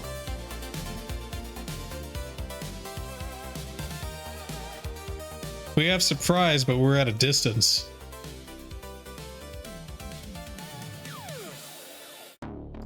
We need to decide. Oh, so Never Conquer says we need to decide if we are observing the handoff, stopping it, or taking the watchers first. Well, if we take the watcher, we won't have time to get the for the handoff. You know what I mean? We could tell Ball Busting Babe to go back for the car, because this might turn into a car chase. While Never Conquer and I like get a better position. Like I tell the drone to kind of like keep recon. That may work. And save liberty. The problem is I have a pistol and so does Never Conquer, so we don't really have like long range weapons. We're like 71 meters out. I think that's too long for the for pistol range. Like we'd suffer penalties.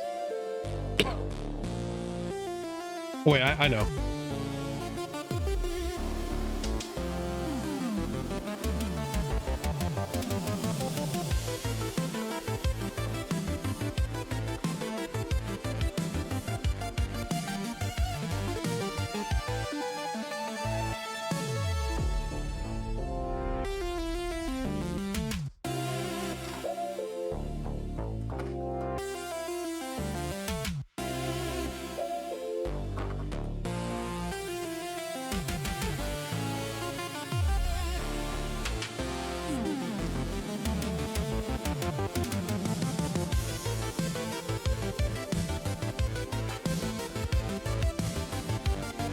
Yeah, 3 people, 3 options. This is getting hairy.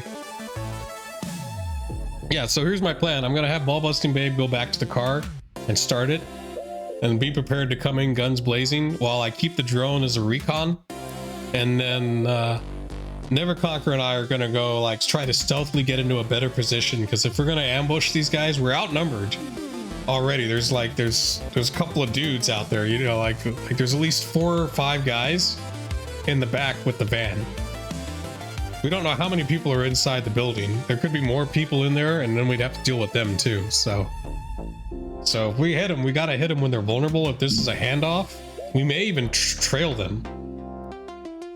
And I'm pretty sure my drone is good at trailing, so see what happens. Because I'm also thinking too, if there's a third party, maybe wait for them to make their move, and then we kind of come in after, you know, when 2 people are fighting.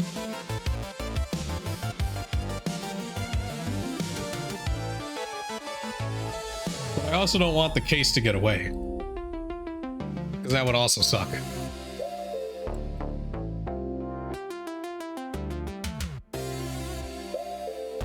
See, even though my character can drive cars better because he can like hack into the car and drive it with his mind, Ball Busting Babe is still the better driver because she has a garage full of different cars, and she has like what's it called? You know, counterfeit plates, so we can't get tracked. Alright, Ball Busting Babe, here's the plan over tight comms. Copy, I'll get the wagon hot. You two keep your heads down. She peels away from the alley shadow, moving back the way they came, low and controlled. No heroic sprint, no noise. Just quick retreat through rain and warehouse. Cover toward the parked Americar. Alright, well that was a strong success. She disappears into the service shadow. A minute later, the team comm clicks twice. Engine ready, no voice, good discipline. The America wagon is now idling back at the standoff point, nose out. Ball Busting Babe behind the wheel with her SMG close. She is not in the fight yet, but she can come in hard if things go bad. I keep the flying drone on the hard case. The drone holds wide over the auto glass shop angle, using the building's roof light and rain glare to avoid becoming obvious. Luckily, people never look up. The feed jitters once as rain beads across the drone's lens. I correct it. The hard case stays in view. The figure with the case reaches the white panel van. One rain dog slides the van door open wider, another keeps his hand inside his jacket, watching the rear lot entrance. Third is smoking too fast now. Nerves showing in the way his shoulders move. The case carrier hesitates before putting the case inside. Not long, just long enough to look back at the service door. Neverconquer notices. Carrier is not in command, he whispers. He's waiting for permission or worried about what he just carried. Okay, me and Neverconquer move in. Neverconquer leads them out of the alley mouth and across the narrow stretch of broken pavement toward the west side utility shadow. The goal is better position, close enough to see the rear lot and side door with natural cover, not close enough to be trapped in it. Oh, we passed our fucking stealth checks, so that's good. They make it to the rusted shadow of an old utility transformer cage along the west side of the vacant auto glass shop. From here, they are roughly 42 meters from Backline's 49 rear lot and about 30 meters from the auto glass building side entrance. They have better angles now. I can see the rear van through the drone. Neverconquer can see part of the west alley and side loading door with his own eyes. The unknown watcher upstairs remains above and behind them, not directly aware of them yet. One of the rain dogs near the rear lot shifts. He looks towards the west alley. Not at me, not exactly, but something in the night bothered him. Oh shit. The lookout, he had a partial suspicion. He succeeded, so the rain dog straightens slightly. He says something to the smoker. The smoker turns his head but does not raise a weapon. Neverconquer freezes. One hand comes up, stop. I stop with him. The hard case finally goes into the white panel van. The case carrier keeps his hand on it even after setting it down, as if reluctant to let it go. The rain dog at the van says something sharp. The carrier pulls his hand back. The side door of the van remains open. The driver's seat is occupied. I catch movement through the windshield. Someone behind the wheel, head turned toward the rear. The watcher upstairs in the auto glass shop leans forward, breathing fast enough for fog inside of their respirator mask. Their hand goes back to the chest device again. Neverconquer whispers over comms. Cases in the vehicle. Van has driver. Rear lot muscles suspicious but not alerted. Unknown watcher may act. Ball-busting voice comes back low from the Americar. Say the word and I can be on the rear lot fast. Neverconquer does not answer. He looks at me. Current position. Then the white van's brake lights glow red in the rain. Engine turning over. The case may be about to move. Okay. So we got some options here. We can either attack him, which I don't think we should do. I feel like two guys with pistols outnumbered by like possibly 5 contacts will just get killed. We can retreat back to Ball Busting Babe, have her meet up with us with the car while I keep eyes on it with the drone, because we might have to tail them and then maybe go for a better ambush. We also don't know what the third party is doing, what the watcher is doing, and who are they working on or working for, because they could come in as well. I think that's our better choice. Unless you want to engage. I don't know about that though. We could be really fucked.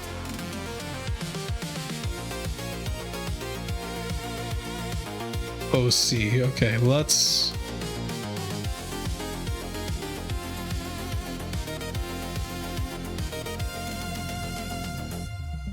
Nah, no bodies. You're right. It wouldn't be clean. Also, like, the best thing we can do is try to get them... Like if they go out in the van, we know there's a driver, right? But we don't know how many people are in the van.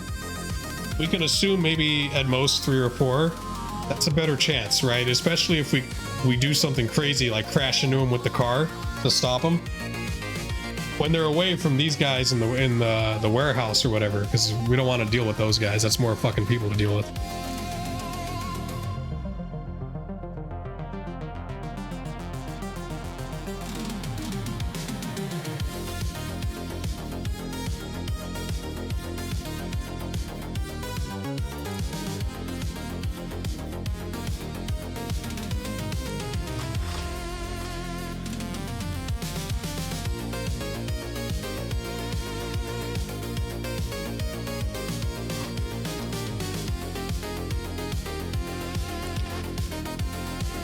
Like, I don't have any neat drones, you know, like with weapons and stuff. My drones are more like, they're really just only good as like recon or like disabling cameras and stuff. My other talent is I can hack, but there's no hacking, you know what I mean? Like, all I got is the drones, so we got to do the drones, or we got to do the driving. All right, ongoing effect. Oh shit. My drone still has visual on the white panel van and the hard case inside the rear cargo area. Neverconquer gives one small hand signal. Back. Get back to the TMNT music here. No argument, no whispering debate in the rain. I keep the drone feed pinned to the van, then ease away from the transformer cage with Neverconquer. They move the way they came, slow first and smooth, letting the rain, old utility shadows, and bad lighting do the work. Neverconquer goes back through the utility shadow like an old man who has spent too many years walking where cameras point and guards get bored. I follow, eyes split between the real alley and the drone feed. The suspicious rain dog turns his head toward the west side again. He takes 2 steps, stops. Rain runs off his hood. He squints into the dark. He didn't see us. He failed. Thank God. He sees nothing. We're shooting. Ultranova and Neverconqueror slip out of the forward position and back toward the standoff lot. The white van's brake lights brighten. The side door slams shut. The case is inside. The driver pulls out. So they are leaving. The van rolls out of Black Line 49's rear lot and turns east. Not fast, that matters. A panicked driver bolts. A confident driver crawls. This one drives like he was told not to draw attention. Ultranova keeps the drone wide and high, not directly above the van. The whining bearing is still there, but at this range the rain hides it. Behind them, in the second floor auto glass shop, the nervous watcher reacts too. They yank the camera off the tripod, shove gear into the shoulder bag, and disappear from the slit in the plastic sheeting. Yeah, okay, so the watcher reacts to the van. Okay, Neverconqueror sees the movement through my shared drone feed. So you can see my drones too with your cyber eyes? Watcher is mobile, he says. We may have two tails on the same vehicle. 2 a.m. Ultranova and Neverconqueror reach the Americar wagon. Ball-busting Babe already has the engine warm. I get in the front, Neverconqueror gets in the rear passenger side again. Ball-busting Babe pulls away before the doors are fully comfortable, not before they are shut. Where's our box? Ultranova keeps his eyes on the drone feed. White panel van, moving east from backline, slow. Distance about 2 blocks and opening.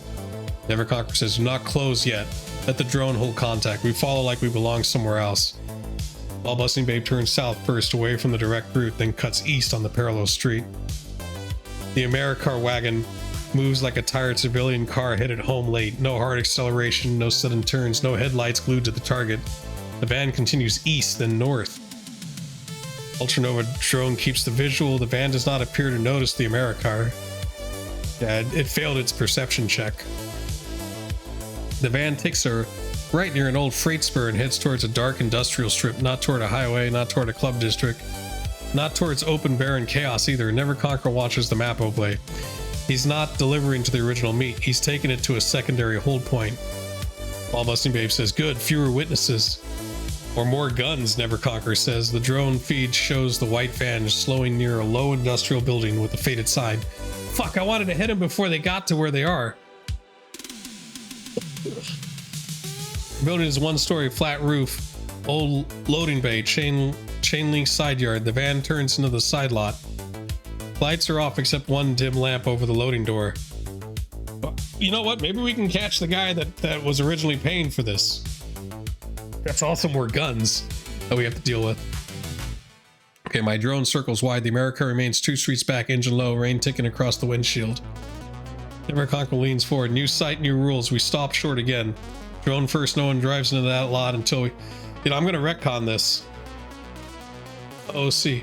We hit the van en route. We don't hail it to its location, but we wait till it's far away enough from...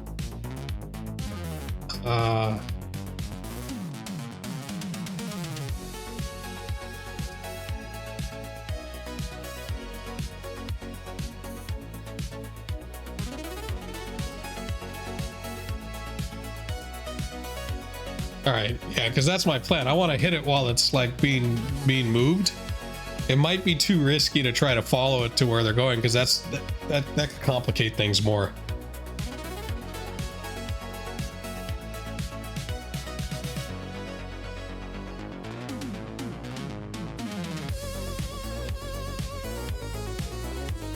When we hit it, we're gonna go in hard, so you know, I figure Ball-busting Babe has a submachine gun. I have a really high caliber pistol, revolver, basically, and Neverconqueror's got a Predator. Those are all high powered weapons. Okay, retcon correction lock. The crew does not follow the van all the way to the Cascade reel and duplication. That was me carrying the tail too long. Yeah, damn straight, AI. Corrected plan. Let the white panel van leave Black Line 49, maintain drone visual and hard case, follow distance only long enough to separate it from backline backup. Intercept the van en route before it reaches secondary location. Avoid public police response if possible. We should hit it so fast that there will be no public police response. The white panel van rolls east from backline 49 with the hard case inside. Keep the drone high and offset, tracking the van's roofline through rain and sodium streetlight glare. The AmeriCar wagon does not fall directly. Ball-busting Babe uses parallel streets, keeping distance while Paul turns from the drone feed. Never Conquer watches the map overlay. Not yet, he says. The van passes 1 block, 2, 3. No rain dog vehicles follow immediately from backline. No headlight peel out behind it. No obvious backup convoy. At 6 blocks, Never Conquer speaks. Far enough from the fast help, not far enough to reach a safe house. Ball-busting Babe's hands tighten on the wheel. Where? My drone shows the van approaching an industrial service road that runs between a closed welding supply yard and a row of dark storage bays. Narrow street, bad lighting, no foot traffic, 1 exit forward, 1 alley cut to the right, chain link, dead space to the left. Never Conquer points to the map. There, box it before the alley cut. Do not ram the cargo side unless forced. We want the case intact. Ball-busting Babe smiles without humor. Finally.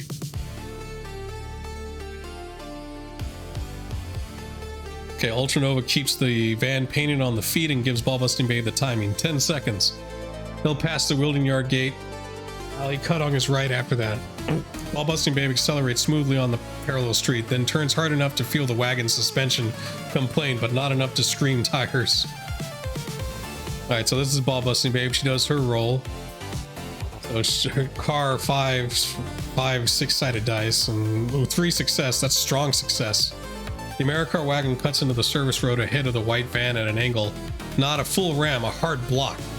Headlights flare across wet pavement. The wagon rear swings just enough to close the lane without smashing the van's cargo side. The white van driver reacts half a second late. Oh, wait. The van brakes hard. Its front end dips. You're getting the TMT vibes? I mean, it is TMT. it's TMT synthwave. That NES TMNT music. It's perfect for this. Its front end dips. Tires hiss and chatter against wet asphalt. The rear fishtails half a meter but does not spin out. It stops crooked about 9 meters behind the AmeriCar wagon. Shit, we're close. We're 9 meters away. We can fuck them up now. Like, when we're this close. No crash, no explosion, no police sirens yet. The drone feed shows immediate movement inside the van. Driver 1 figure, hands jerking off the wheel. Oh, that's disgusting. Towards something low. Passenger seat, a second figure ducks and reaches down. Rear cargo. Hard case still visible through the side door. Alright, Never Conquer is already moving. Doors, angles, do not shoot the case. Ball-busting Babe throws the AmeriCar into park, leaves the engine running, and brings her SMG up low behind the driver's side door. Never Conquer exits rear passenger side into the rain, using AmeriCar's rear quarter as cover. His smart-linked heavy pistol comes out clean, two-handed, controlled, aimed low toward the van's driver's side line. Ultranova is still in the front passenger seat with the drone feed active and the Super Warhawk accessible. Never Conquer's voice comes through tight and flat. Ultra, your call. Driver is reaching, passenger is reaching. We can order them out, disable the van, or go hard before they bring their weapons up. Ball-busting Babe, I got the passenger side if he pops with iron. Rain hammers the roof, the van's in reverse, lights flicker once. It's my turn. We go hard.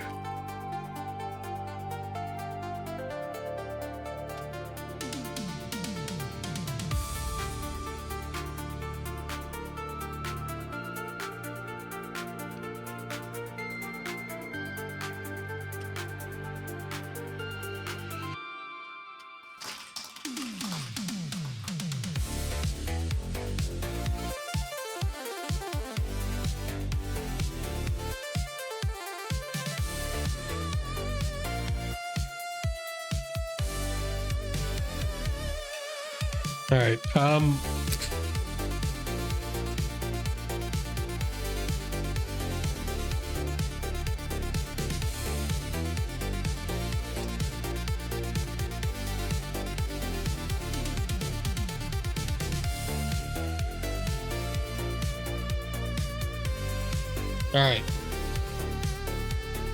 All right, so we've entered combat.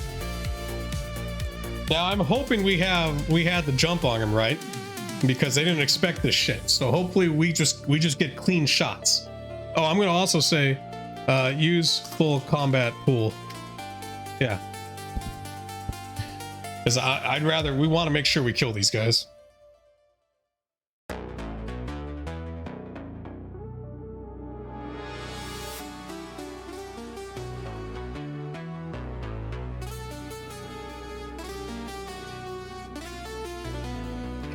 It's probably gonna take a while too, because now it has to roll a bunch of dice, look up some rules.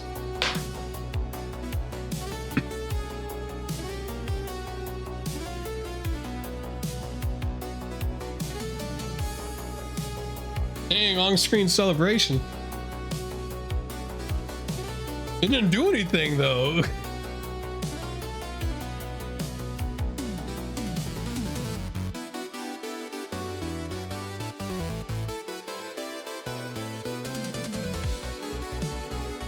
It's crunching some numbers. It's crunching the numbers.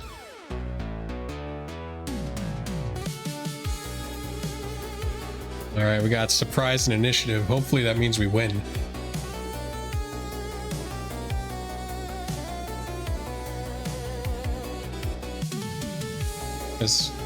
And also, if we do this hit quick enough and the car survives, we can just take the case, get in the car, and get out. And I'm going to spend full combat pool. What am I using to accomplish this? I'm just using ChatGPT. ChatGPT with a lot of loaded files. All right, let's see. All right, oh yeah, I cut through the team comm. Go hard, take the shot before they can act. He shoves the door open, drops out into the rain, and brings a Super Warhawk up as he uses the Americar's front quarter panel for cover. The aerial drone shifts to autopilot overwatch, holding the white band and frame and feeding movement markers into Ultranova's image link. Oh good, that was a success, thank god. Drone feeds tags, good. And drone overwatch. Okay, so we got pretty good vision of everything. The first combat turn begins, so we roll for initiative. So Never Conquer goes first. He rolled 17. Reaction plus 2 6-sided dice. Then it looks like it's me with 12. Ball Busting Babe with 10. And then the van and the passenger, they're going to go late. Ball Busting Babe asks for the van passenger on initiative 10 because she has the higher reaction. Okay, that makes sense. Alright, Never Conquer fires first. No warning, no speech, no hands up. The driver is reaching and the van's reverse lights already flickered once. Never Conquer steps out just enough to clear the America's rear quarter, sights through rain-streaked glass, and puts a controlled heavy pistol shot through the van's windshield towards the driver's upper torso. It was a success. It was a hit. Alright, now let's see now. Damage staged, so action resist heavy pistol damage. It looks like he succeeded, so that means heavy pistol base power 9 reduced by estimated ballistic protection to resistance TN. So, I mean, you hit him, but I don't know. Hopefully it hurt him. The windshield blooms white around the bullet hole. The driver jerks hard against the seat, blood hitting the inside of the glass. His reaching hand spasms away from whatever was below the dashboard, but he is not fully out of the fight yet. Then Ultranova clears the passenger door. The Super Warhawk comes up heavy and black in his hand, Smart Link reticle snapping across the rain and broken windshield. He spends everything. Heavy hit, okay. And so, let's see now, van driver, Super Warhawk damage. He did succeed for damage stage to deadly. The Ruger Super Warhawk base power is 10, reduced estimated ballistic protection to resistance TN6, okay. The Super Warhawk report slams down the service road like a steel door kicked open. The second hole punches through the glass and meat. The driver drops sideways against the seatbelt and does not come back up. The van's reverse lights die. Ultranova's combat pool is now empty for this combat turn. Ball Busting Babe acts on the passenger. She leans over the America driver's side cover, SMG tight to her shoulder, and fires a short controlled burst through the van's passenger side glass. Okay, so she hits. That's a success. 3 versus target number 4. Let's see now. Van passenger, unknown combatant. Dang, he got a 3? 3 successes? The SMG short burst raises damage pressure, estimated armor reduction, assistance to TN5. The passenger window caves inward. The passenger takes the burst across shoulder, upper chest, and side. He slams back into the seat, one hand flinging something dark and metallic down into the footwell, a pistol. He is hit bad, not dead, not moving fast enough to shoot this pass. His initiative comes up, but with the wound shock, broken glass, and weapons dropped into the footwell, he cannot return fire cleanly. He curls down, bleeding, trying to get below the dashboard. The van driver's initiative never mattered because he's dead. Rain hammers the service road. The van sits crooked, engine still running, windshield starred and blood dark inside that. Hard case remains in the rear cargo area. No return fire yet, no sirens yet. But the Super Warhawk and SMG were loud enough that the clock is now moving. We got a loud combat clock. Gunfire heard. Immediate public response not yet. Drone Overwatch update. Driver down, passenger badly wounded. Never Conquer keeps his pistol trained on the van. Passenger alive, he says. Weapon dropped. Driver down. Case still in rear. Ball busting Babe shifts her SMG toward the passenger compartment. Call it Ultra. We secure the van now. Or we move before the whole block wakes up. Okay. Then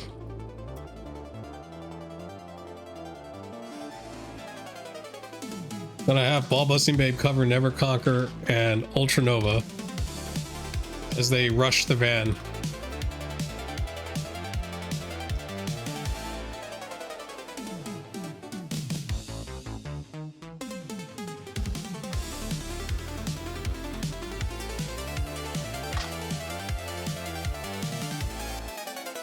All right, we're gonna clear the van.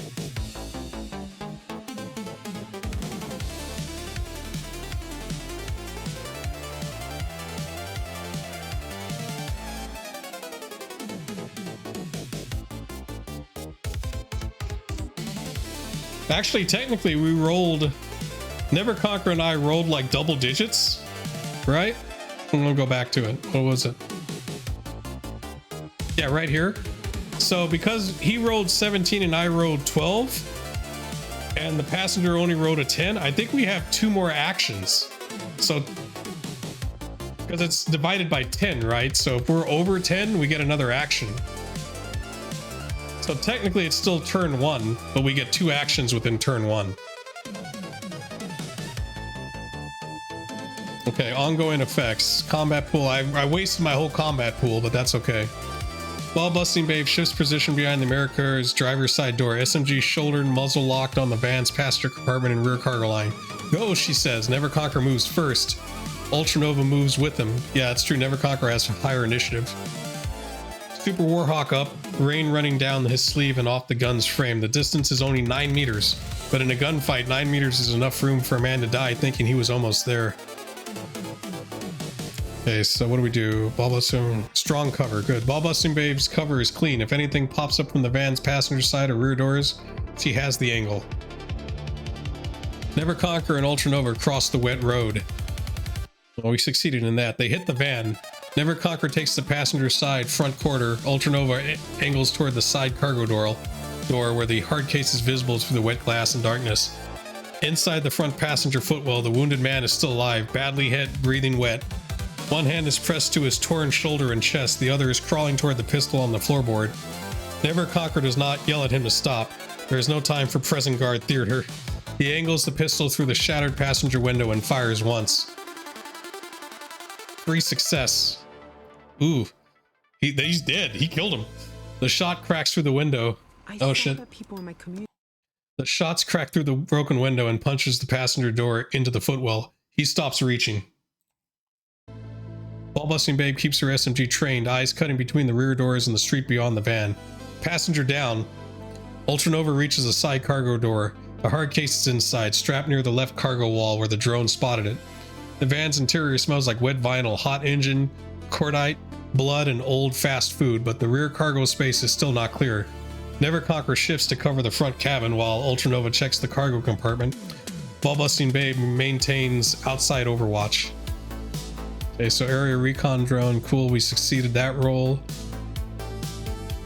Ultra Nova does a quick visual check of the side cargo, success. Ultra Nova sees no third man in the cargo space, no movement under the thin tarp, no boots, no breathing shape, no gun barrel coming up from behind the case. The hard case itself is intact. Dark composite shell, old style reinforced corner, 2 latches, 1 cheap modern mag, strip seal slapped over one side like an afterthought. Never Conquer leans in through the passenger side and checks the cabin first. Driver down, passenger down, no third in front. He reaches in carefully and kicks the passenger's pistol farther under the seat with one controlled movement, then checks the driver's hands. The driver had something near the console. Ultranova 5000's drone pings movement, not in the van, down the street. Oh shit. Did the dude have a dead man switch? A curtain shifting in a second floor storage window. Someone heard the shooting. Maybe saw muzzle flashes, maybe just looking. The loud combat clock is moving faster now. Ball Busting Babe says, we need to move. Never Conquer says, agreed. Case first. Then we are gone before somebody decides to be a witness. Current van status. Driver dead. Well, actually, driver and passenger are either likely dead or fucked up enough that they're not going to do anything. We hit them really hard. All right, let's get the case.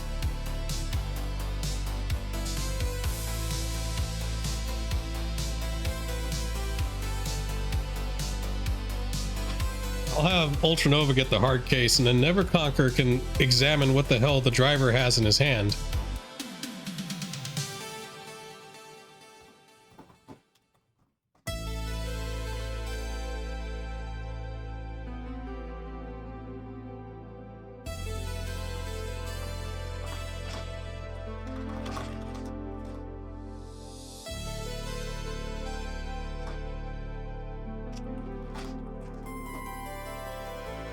All right, let's try this out. I like that one. So I get the hard case. Never Conquer checks what the driver has in his hands. And then they both get back in the car and drive off with the drone following them as Overwatch.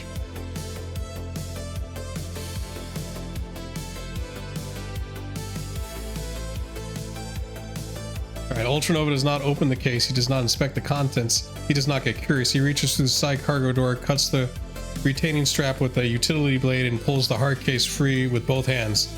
It is heavier than it looks. Old media hardware heavy, not just plastic box heavy. The cheap modern mag strip seal on the side remains intact, so that way they know we didn't open it. The case comes loose. Ultranova tucks it tight against his body and backs away from the van.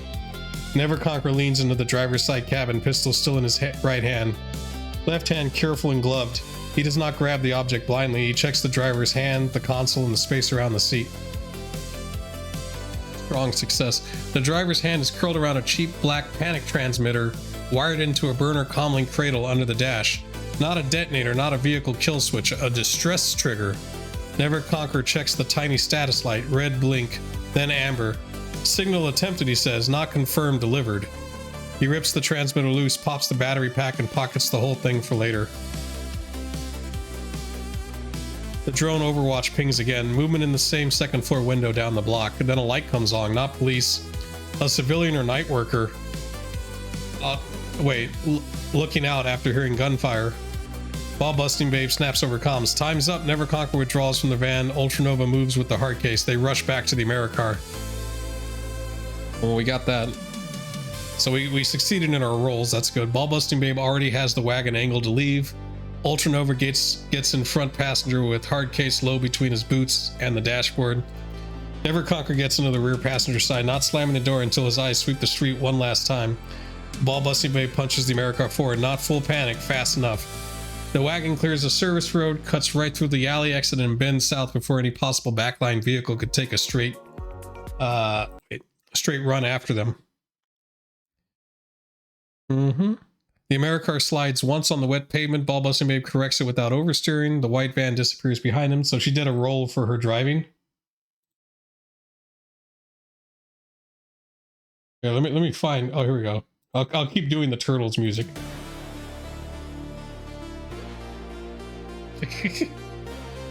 All right, the white van disappears behind them. Engine still running, two bodies inside, windshield broken, a few seconds away from becoming someone else's emergency. The drone follows high and offset, switching from van Overwatch to crew Overwatch. Drone feed shows no immediate vehicle pulling out behind them. No headlights accelerate, no visible rain dogs within the first few turns. Oh, that was nice. We hit him hard, and we hit him so hard and fast that we didn't even get shot. We never fired a single shot. We just fucking killed him. It was better than Reservoir Dogs because that one lady actually shoots before she gets shot when they hijack her car. But 2 blocks back, a small figure appears briefly at an alley mouth, hunched under a poncho carrying a shoulder bag. The Watcher. Well, fuck him. He doesn't even have a car. What did he do? Huff it over here? Does he have a motorcycle? Maybe Glass Rat.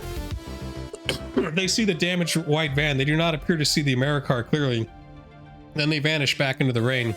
Never Conquer catches the drone tag and says surveillance tech found the scene. No, someone else took the case. Ball Busting Babe says, then let them write a song about it. The crew keeps moving. At 2:16 a.m. they are 6 blocks from the hit. At 2:18 a.m. Ball Busting Babe changes direction twice without rushing. At 2:20 no immediate pursuit is visible. No sirens, not clean, but away. I think we did it. Everyone's not wounded. We secured the hard case, which I assume has what we need, and we kept the seal intact. So let's what's the evidence heat? Loud gunfire occurred on Industrial Service Road. White van left behind with bodies and ballistic evidence. At least one nearby window showed movement after shots. Yeah, but they can't ID us. We're gonna, no one knows we did it. Never Conquer looks at the hard case between Ultranova 5K's boots. Do not open it in the car. Ball Busting Babe keeps her eyes on the road. Please tell me the plan isn't to bring the murder box home. Never Conquer says, it is not. Ultranova's drone circles above the rain, watches the first sign that someone has decided to follow. Alright. We gotta get to the drop point.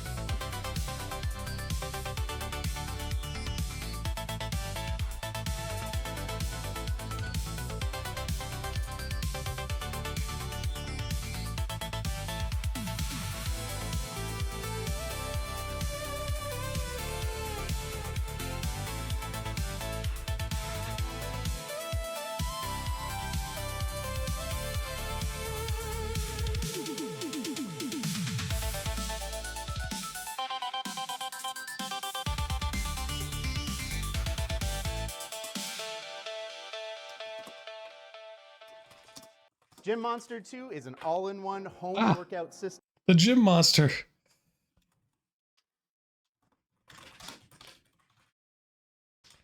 There you go. I misspelled discreetly, but fuck it.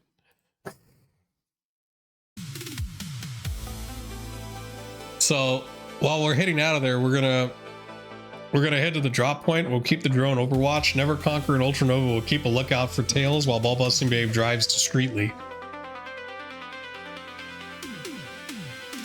We should be able to get the hell out of there, though. We got good cover. We only went weapons loud for barely a minute. Ball Busting Babe does not aim the America towards the client's drop point right away. She takes the long way. Never Conquer approves without saying so. Ultranova keeps the hard case low and steady between his boots, one hand on the handle, the other keeping the drone feed active through his image link. The aerial drone shadows them from above and behind, offset from the wagon so it does not look married to the vehicle. Rain keeps the streets soft and smeared. At 2:21 a.m., Ultranova pings not work through the relay. Package secure, need drop. Not work answers after 2 rings, voice suddenly much less amused. You have it? Yeah. Opened? No. Good. Client says drop is live. Pierce Street, self-storage courier wall. Locker 17B, South Tacoma.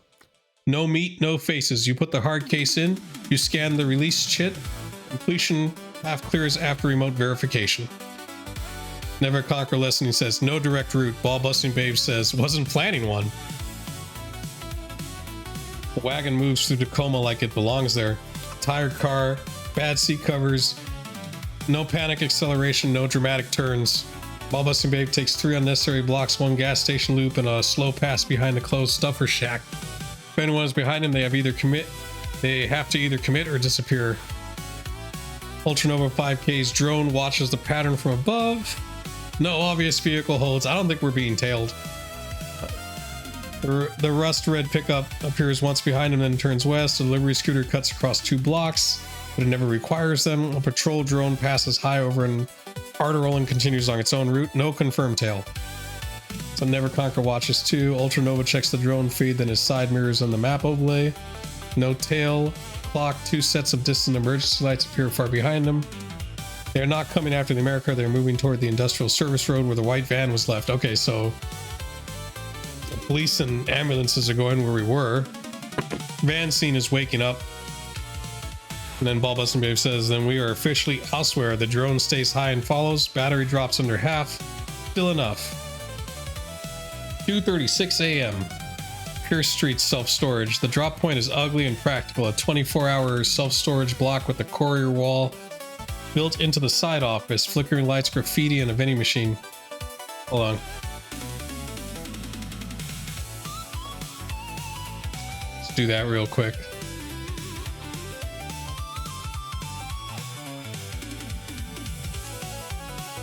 Ball Busting Babe does not park in front. She rolls past once. Never Conquer watches the building. Ultranova's drone makes a slow overhead pass.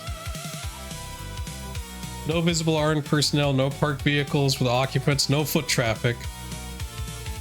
So this drop should be safe. I don't think it's an ambush. Never Conquer studies the feed. Camera over kiosk old, probably records local. Keep your face down, hood up. Ball keeps moving. I'll cover from the wagon. Ball Busting Babe turns around 2 blocks later and comes back from the opposite direction. She stops just long enough. Ultranova gets out with the hard case. Never Conquer stays half turned into the back seat, pistol concealed but ready under his rain shell. Eyes on the street and the locker wall. Ultranova keeps his head down and shoulders turned away from the old camera. He scans the release chit. Not work sent. Okay, locker 17B clicks open. Cold air and stale plastic smell. Ultranova places the hard case inside, still sealed, still unopened. He closes the locker. The lock cycles 1 second, 2, 3. The pocket secretary chirps. Package received. Seal intact. Completion pending. Ultranova is already moving back to the car when the transfer lands. Oh, hell yeah. Incoming transfer. 4,000 cleared. Notworks voice comes through a second later. Client verifies completion released to all 3 shares. Clean bonus pending review. Ball Busting Babe pulls away before Ultranova has both feet settled. Bonus pending review, she says. That sounds like rich for you shot up a van. Never Conquer says, no public police response at the drop. Van scene response may be argued. Ultranova watches the drone feed behind them. No immediate pursuit. No follow. Okay. I asked it to give me an image of this. Okay, at 2:39, the America rolls away from the storage block and back to Tacoma Rain. Never Conquer finally exhales. Now we do not go straight home. That's true. Just in case we are teal, we don't want to lead him back to where we are. We can dump the vehicle. Oh, hey, here we are. Here we are in the car. Give me a second here.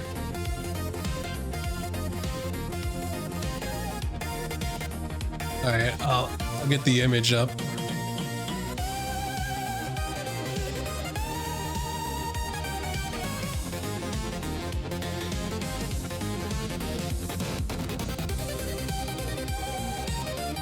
All right, there we are.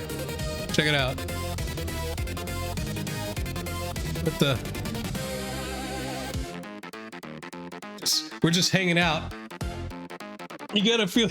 We're just hanging out. Like, there's my drone on the top, right? And then there's like, you know, I like how we look like we're in Deus Ex in this fucking sedan.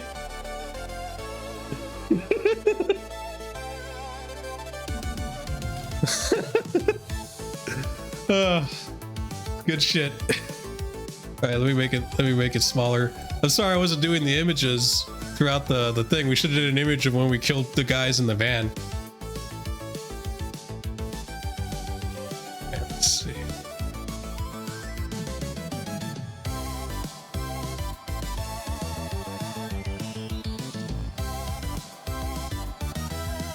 Wait. Maybe I could ask it.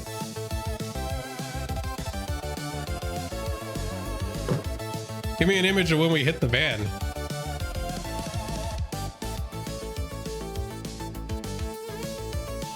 I just don't do the images too much because I have to do them when we're reading because they take a while to happen, sort of deal.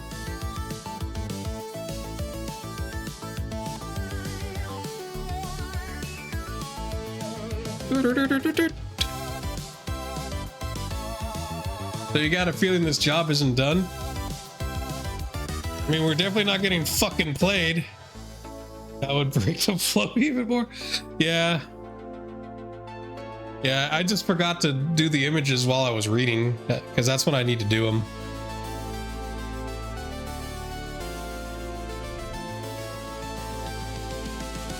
I think what we need to do is we just need to like get to the point where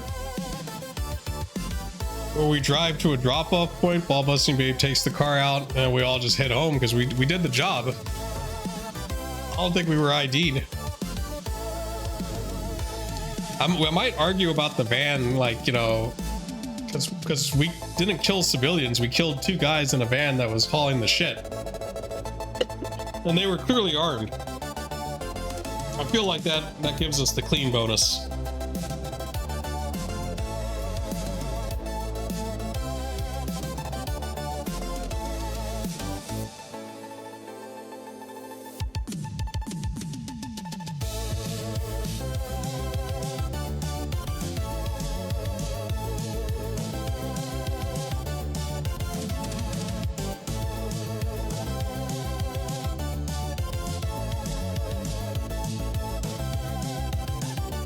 Yeah, we probably got ripped off. That was a lot of heat.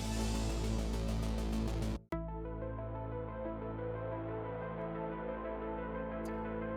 don't think we generated any heat though. We killed 2 dudes. I mean, we left 2 dead bodies. I guess, yeah, there was the whole like no bodies.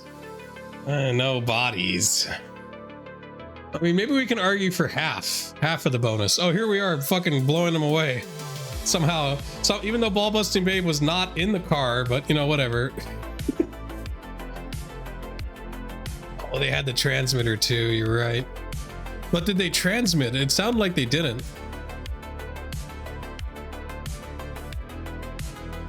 So check it out. Like we're all aiming in different fucking directions. And somehow there's another person in our car. Yeah, that's the thing, is the AI is not the best with the images, but like you get kind of the gist, right? Like somehow we spawned a 4th person in the car and we're all just kind of just aiming in different directions and we shooting the van from behind instead of the front. Like from what how do we shoot the driver and shit from the back window? It looks like there's plenty of room too for the van to just fucking get out of there, but you know, whatever. Hey, you know, the other thing too, the AI is supposed to spawn like a map and tokens during combat, and it didn't do that either.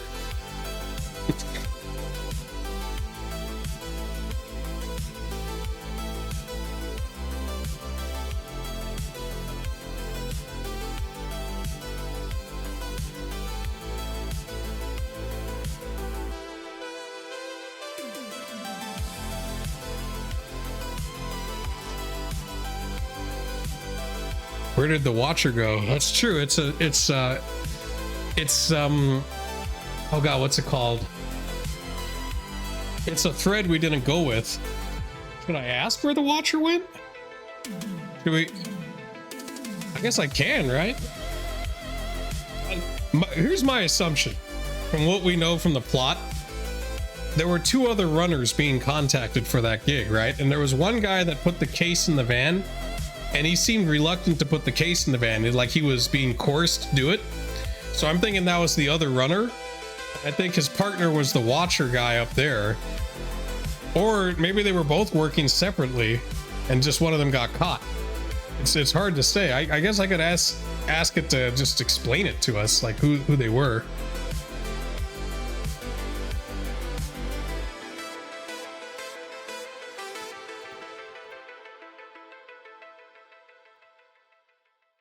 This Father's Day, spend more time with Dad by spending less. That would be one of those things where you would have to like generate a city map, give the AI image so it has like an established lore environment. Maybe that could help the AI build.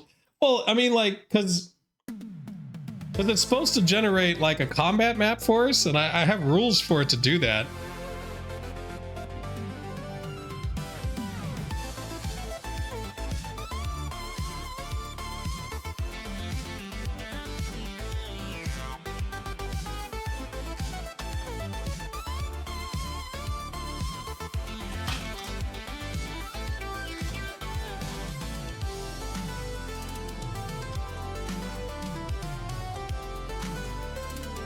All right, so I asked it a bunch of out of character questions, as well as calling it out for not giving us the tactical map. To be fair, that's a rule I just added, like basically an hour before the stream, so it probably doesn't fucking know. Like, you know, I didn't get a time to really test it out. Yeah, but like, look, see, it cops out on it. You're right. On the tactical, once the van intercept turned into combat, I should have displayed a grid token layout before shots were resolved. I'll correct that standard going forward, include the retroactive map here. Yeah, show me the map. Okay, so we're gonna use ASCII for the map?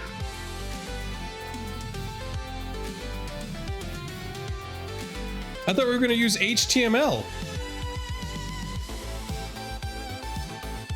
Well, this still better than nothing, right? Because, you know, we got Ultranova here, Never Conquer. Apparently Ultranova's still in the car. Wall Busting Babe's over here. The cargo van where we can see the driver and the passengers, so that kind of gives us an idea of sort of what the layout was, this is how I envisioned it from the description it gave me, was that we were blocking it and it was facing us, and we had an easy shot against the driver and the passenger, so that makes sense. 1 square equals 2 meters, so that means we're about like 8 or 9 meters away, which is that tracks. It's like I'm playing. That's like I'm playing NetHack or Dwarf Fortress there.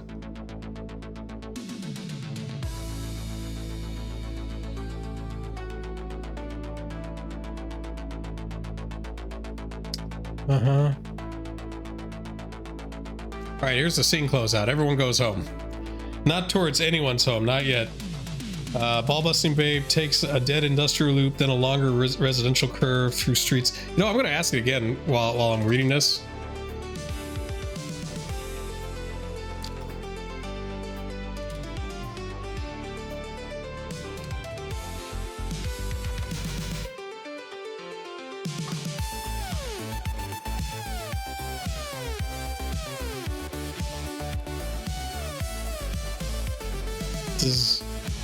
If I can get the AI to generate a fucking map with tokens and stuff and grids, yeah, we're gold. You know, I mean, like this is all right. This works as long as the AI knows the distance and shit. It's not that bad. So this is a chain link fence, dark storage bays, alley cut east. Gotcha. All right, the drone rides high. The battery warning starts blinking amber. Ultranova calls it back. Okay, so the drone comes back. Never Conquer watches the street while Ultranova packs it. No straight home routes, he says. Ball Busting Babe says, already doing Grandpa protocol. Good. They split off in stages. Ball Busting Babe drops Never Conquer first near a covered bus stop that has not seen a real bus in years. He gets out with his gear bag, checks both directions, gives Ultranova one last look. Did not open the case. That was smart. Ultranova says, I have moments. Never Conquer shuts the door. Ball Busting Babe drives another 15 minutes before letting Ultranova out 2 blocks from home. No one follows. No car repeats the pattern. No drone stays with them. Ultranova walks the last distance alone in the rain. By the time he gets back, the apartment is quiet. Cosmic Spiderweb is awake. Of course she is. Ultra Baby sleeps. She looks at Ultranova's wet coat, then at the empty space where the hard case is not. Boring? Ultranova hangs the coat. Mostly. She looks back at him for a long second. That means no. He does not argue. Clean bonus dispute at 3 a.m. Not calls. Client verifies delivery, seal intact. Contents untouched, but they're disputing the clean bonus. The motherfuckers. Ultranova rubs rainwater and fatigue from his face. On what grounds? 2 dead men shot up in a van. They were moving the package. They reached first. I'm repeating, not agreeing. Ultranova's voice goes flat. No civilians dead, no cops on us, no police contact during recovery or drop. Package intact. If they wanted no gunfire, they should have paid for no gunfire. Notwork says, that is almost exactly what I told them, but with more profanity. Notwork comes back after 3 minutes. Half. Ultranova says, half clears now? It clears now. Alright, so we got half of the bonus. Ball Busting Babe got paid one UN less than all of us because it wouldn't split evenly. So starting cash before the job. That's not bad. I made about like, you know, around 8,000 more. That's not bad. Almost 9,000. That's good. Knotwork says they are not happy. Neither were the guys in the van. Yeah, about that. All right, now we get the what happened to the Watcher. Character known version. The Watcher was almost certainly the nervous surveillance tech Knotwork mentioned. Likely Glass Rat. Or someone very much like him. He was not part of the Rain Dogs muscle team. He had camera gear, directional audio, disposable bugs, and a small pistol. Think he ratted us out? He packed up fast when the van moved. After the crew hit the van, the drone saw a small poncho-wearing figure in the shoulder. Figures saw the damaged van and likely realized the case was gone. The Rain Dogs transport got hit. A third party was involved. Whoever took the case was better organized than the cheap hire crowd. He probably did not get a clean ID because the crew intercepted away from backline, moved fast, left before he arrived. That makes sense.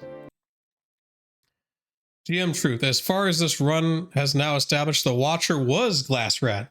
He took the original cheap offer, or at least responded to it, but he was too cautious and scared to personally grab the case. His plan was to watch whoever moved it, then either steal it later or sell the route. What a coward. Or decide whether the job was survivable. He is alive, spooked, and now knows somebody else took the prize. That means he may become a loose witness, a future information source. A problem if he sells what he saws, or a scared little tech who wants to get out from under the whole mess. What was the deal with the guy putting the case in the van? Character known version. He was not acting like a boss. Neverconquer read that correctly. He hesitated before letting go of the case.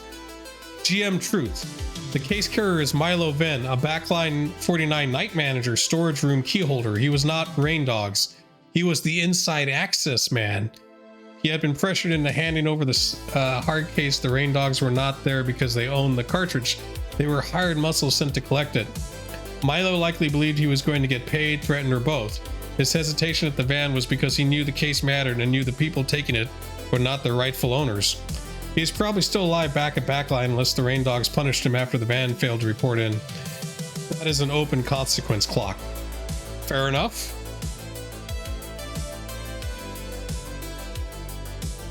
End of session state. Okay. This was successful, but not a perfectly clean Shadowrun. Fast, paid, decisive, and with consequences still moving in the background. Alright. Okay.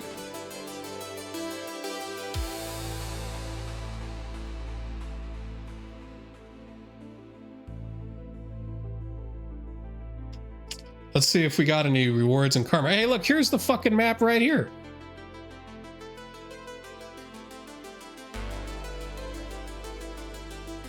Yeah, it should have looked like this. Even though for some reason the car is now a bus.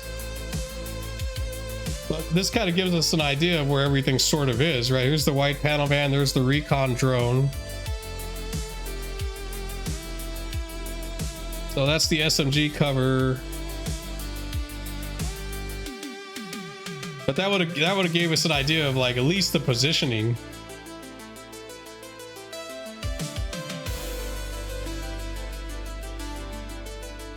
Right, so we got paid out. Final cash reward. Yeah, so we all got paid roughly the same. All right, now for level ups. We got 4 karma for this? Really?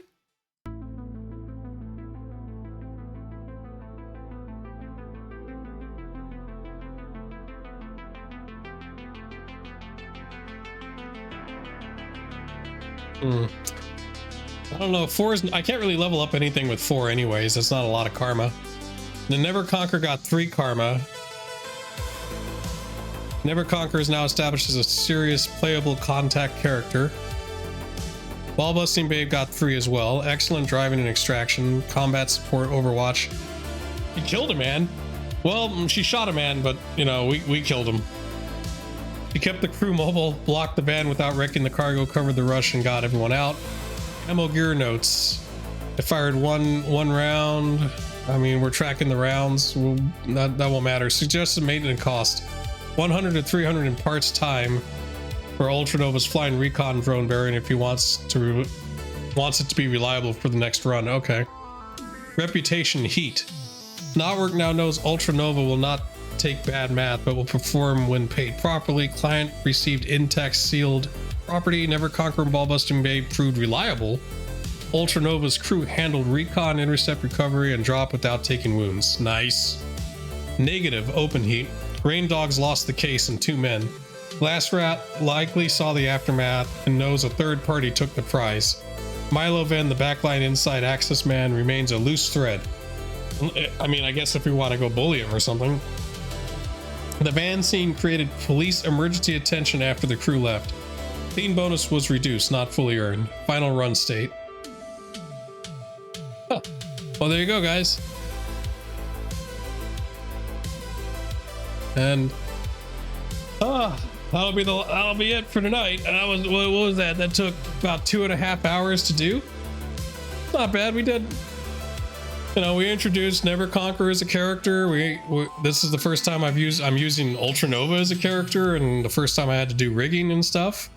And we got a little bit of action out of it. You know, we accomplished the mission. No big like major plotline threads yet, but you never know.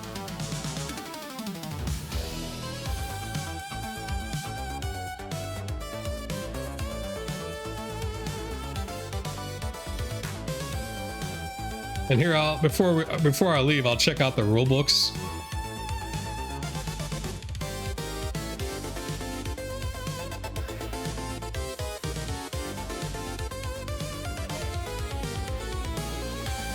Gotta update the Bible though.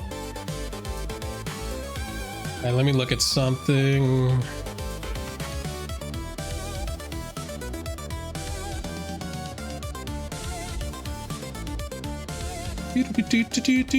Oh, thank you. Thank you for the bits, Never Conquer. Really appreciate it. Oh, I wish there wasn't a fucking alert for it though. What the hell?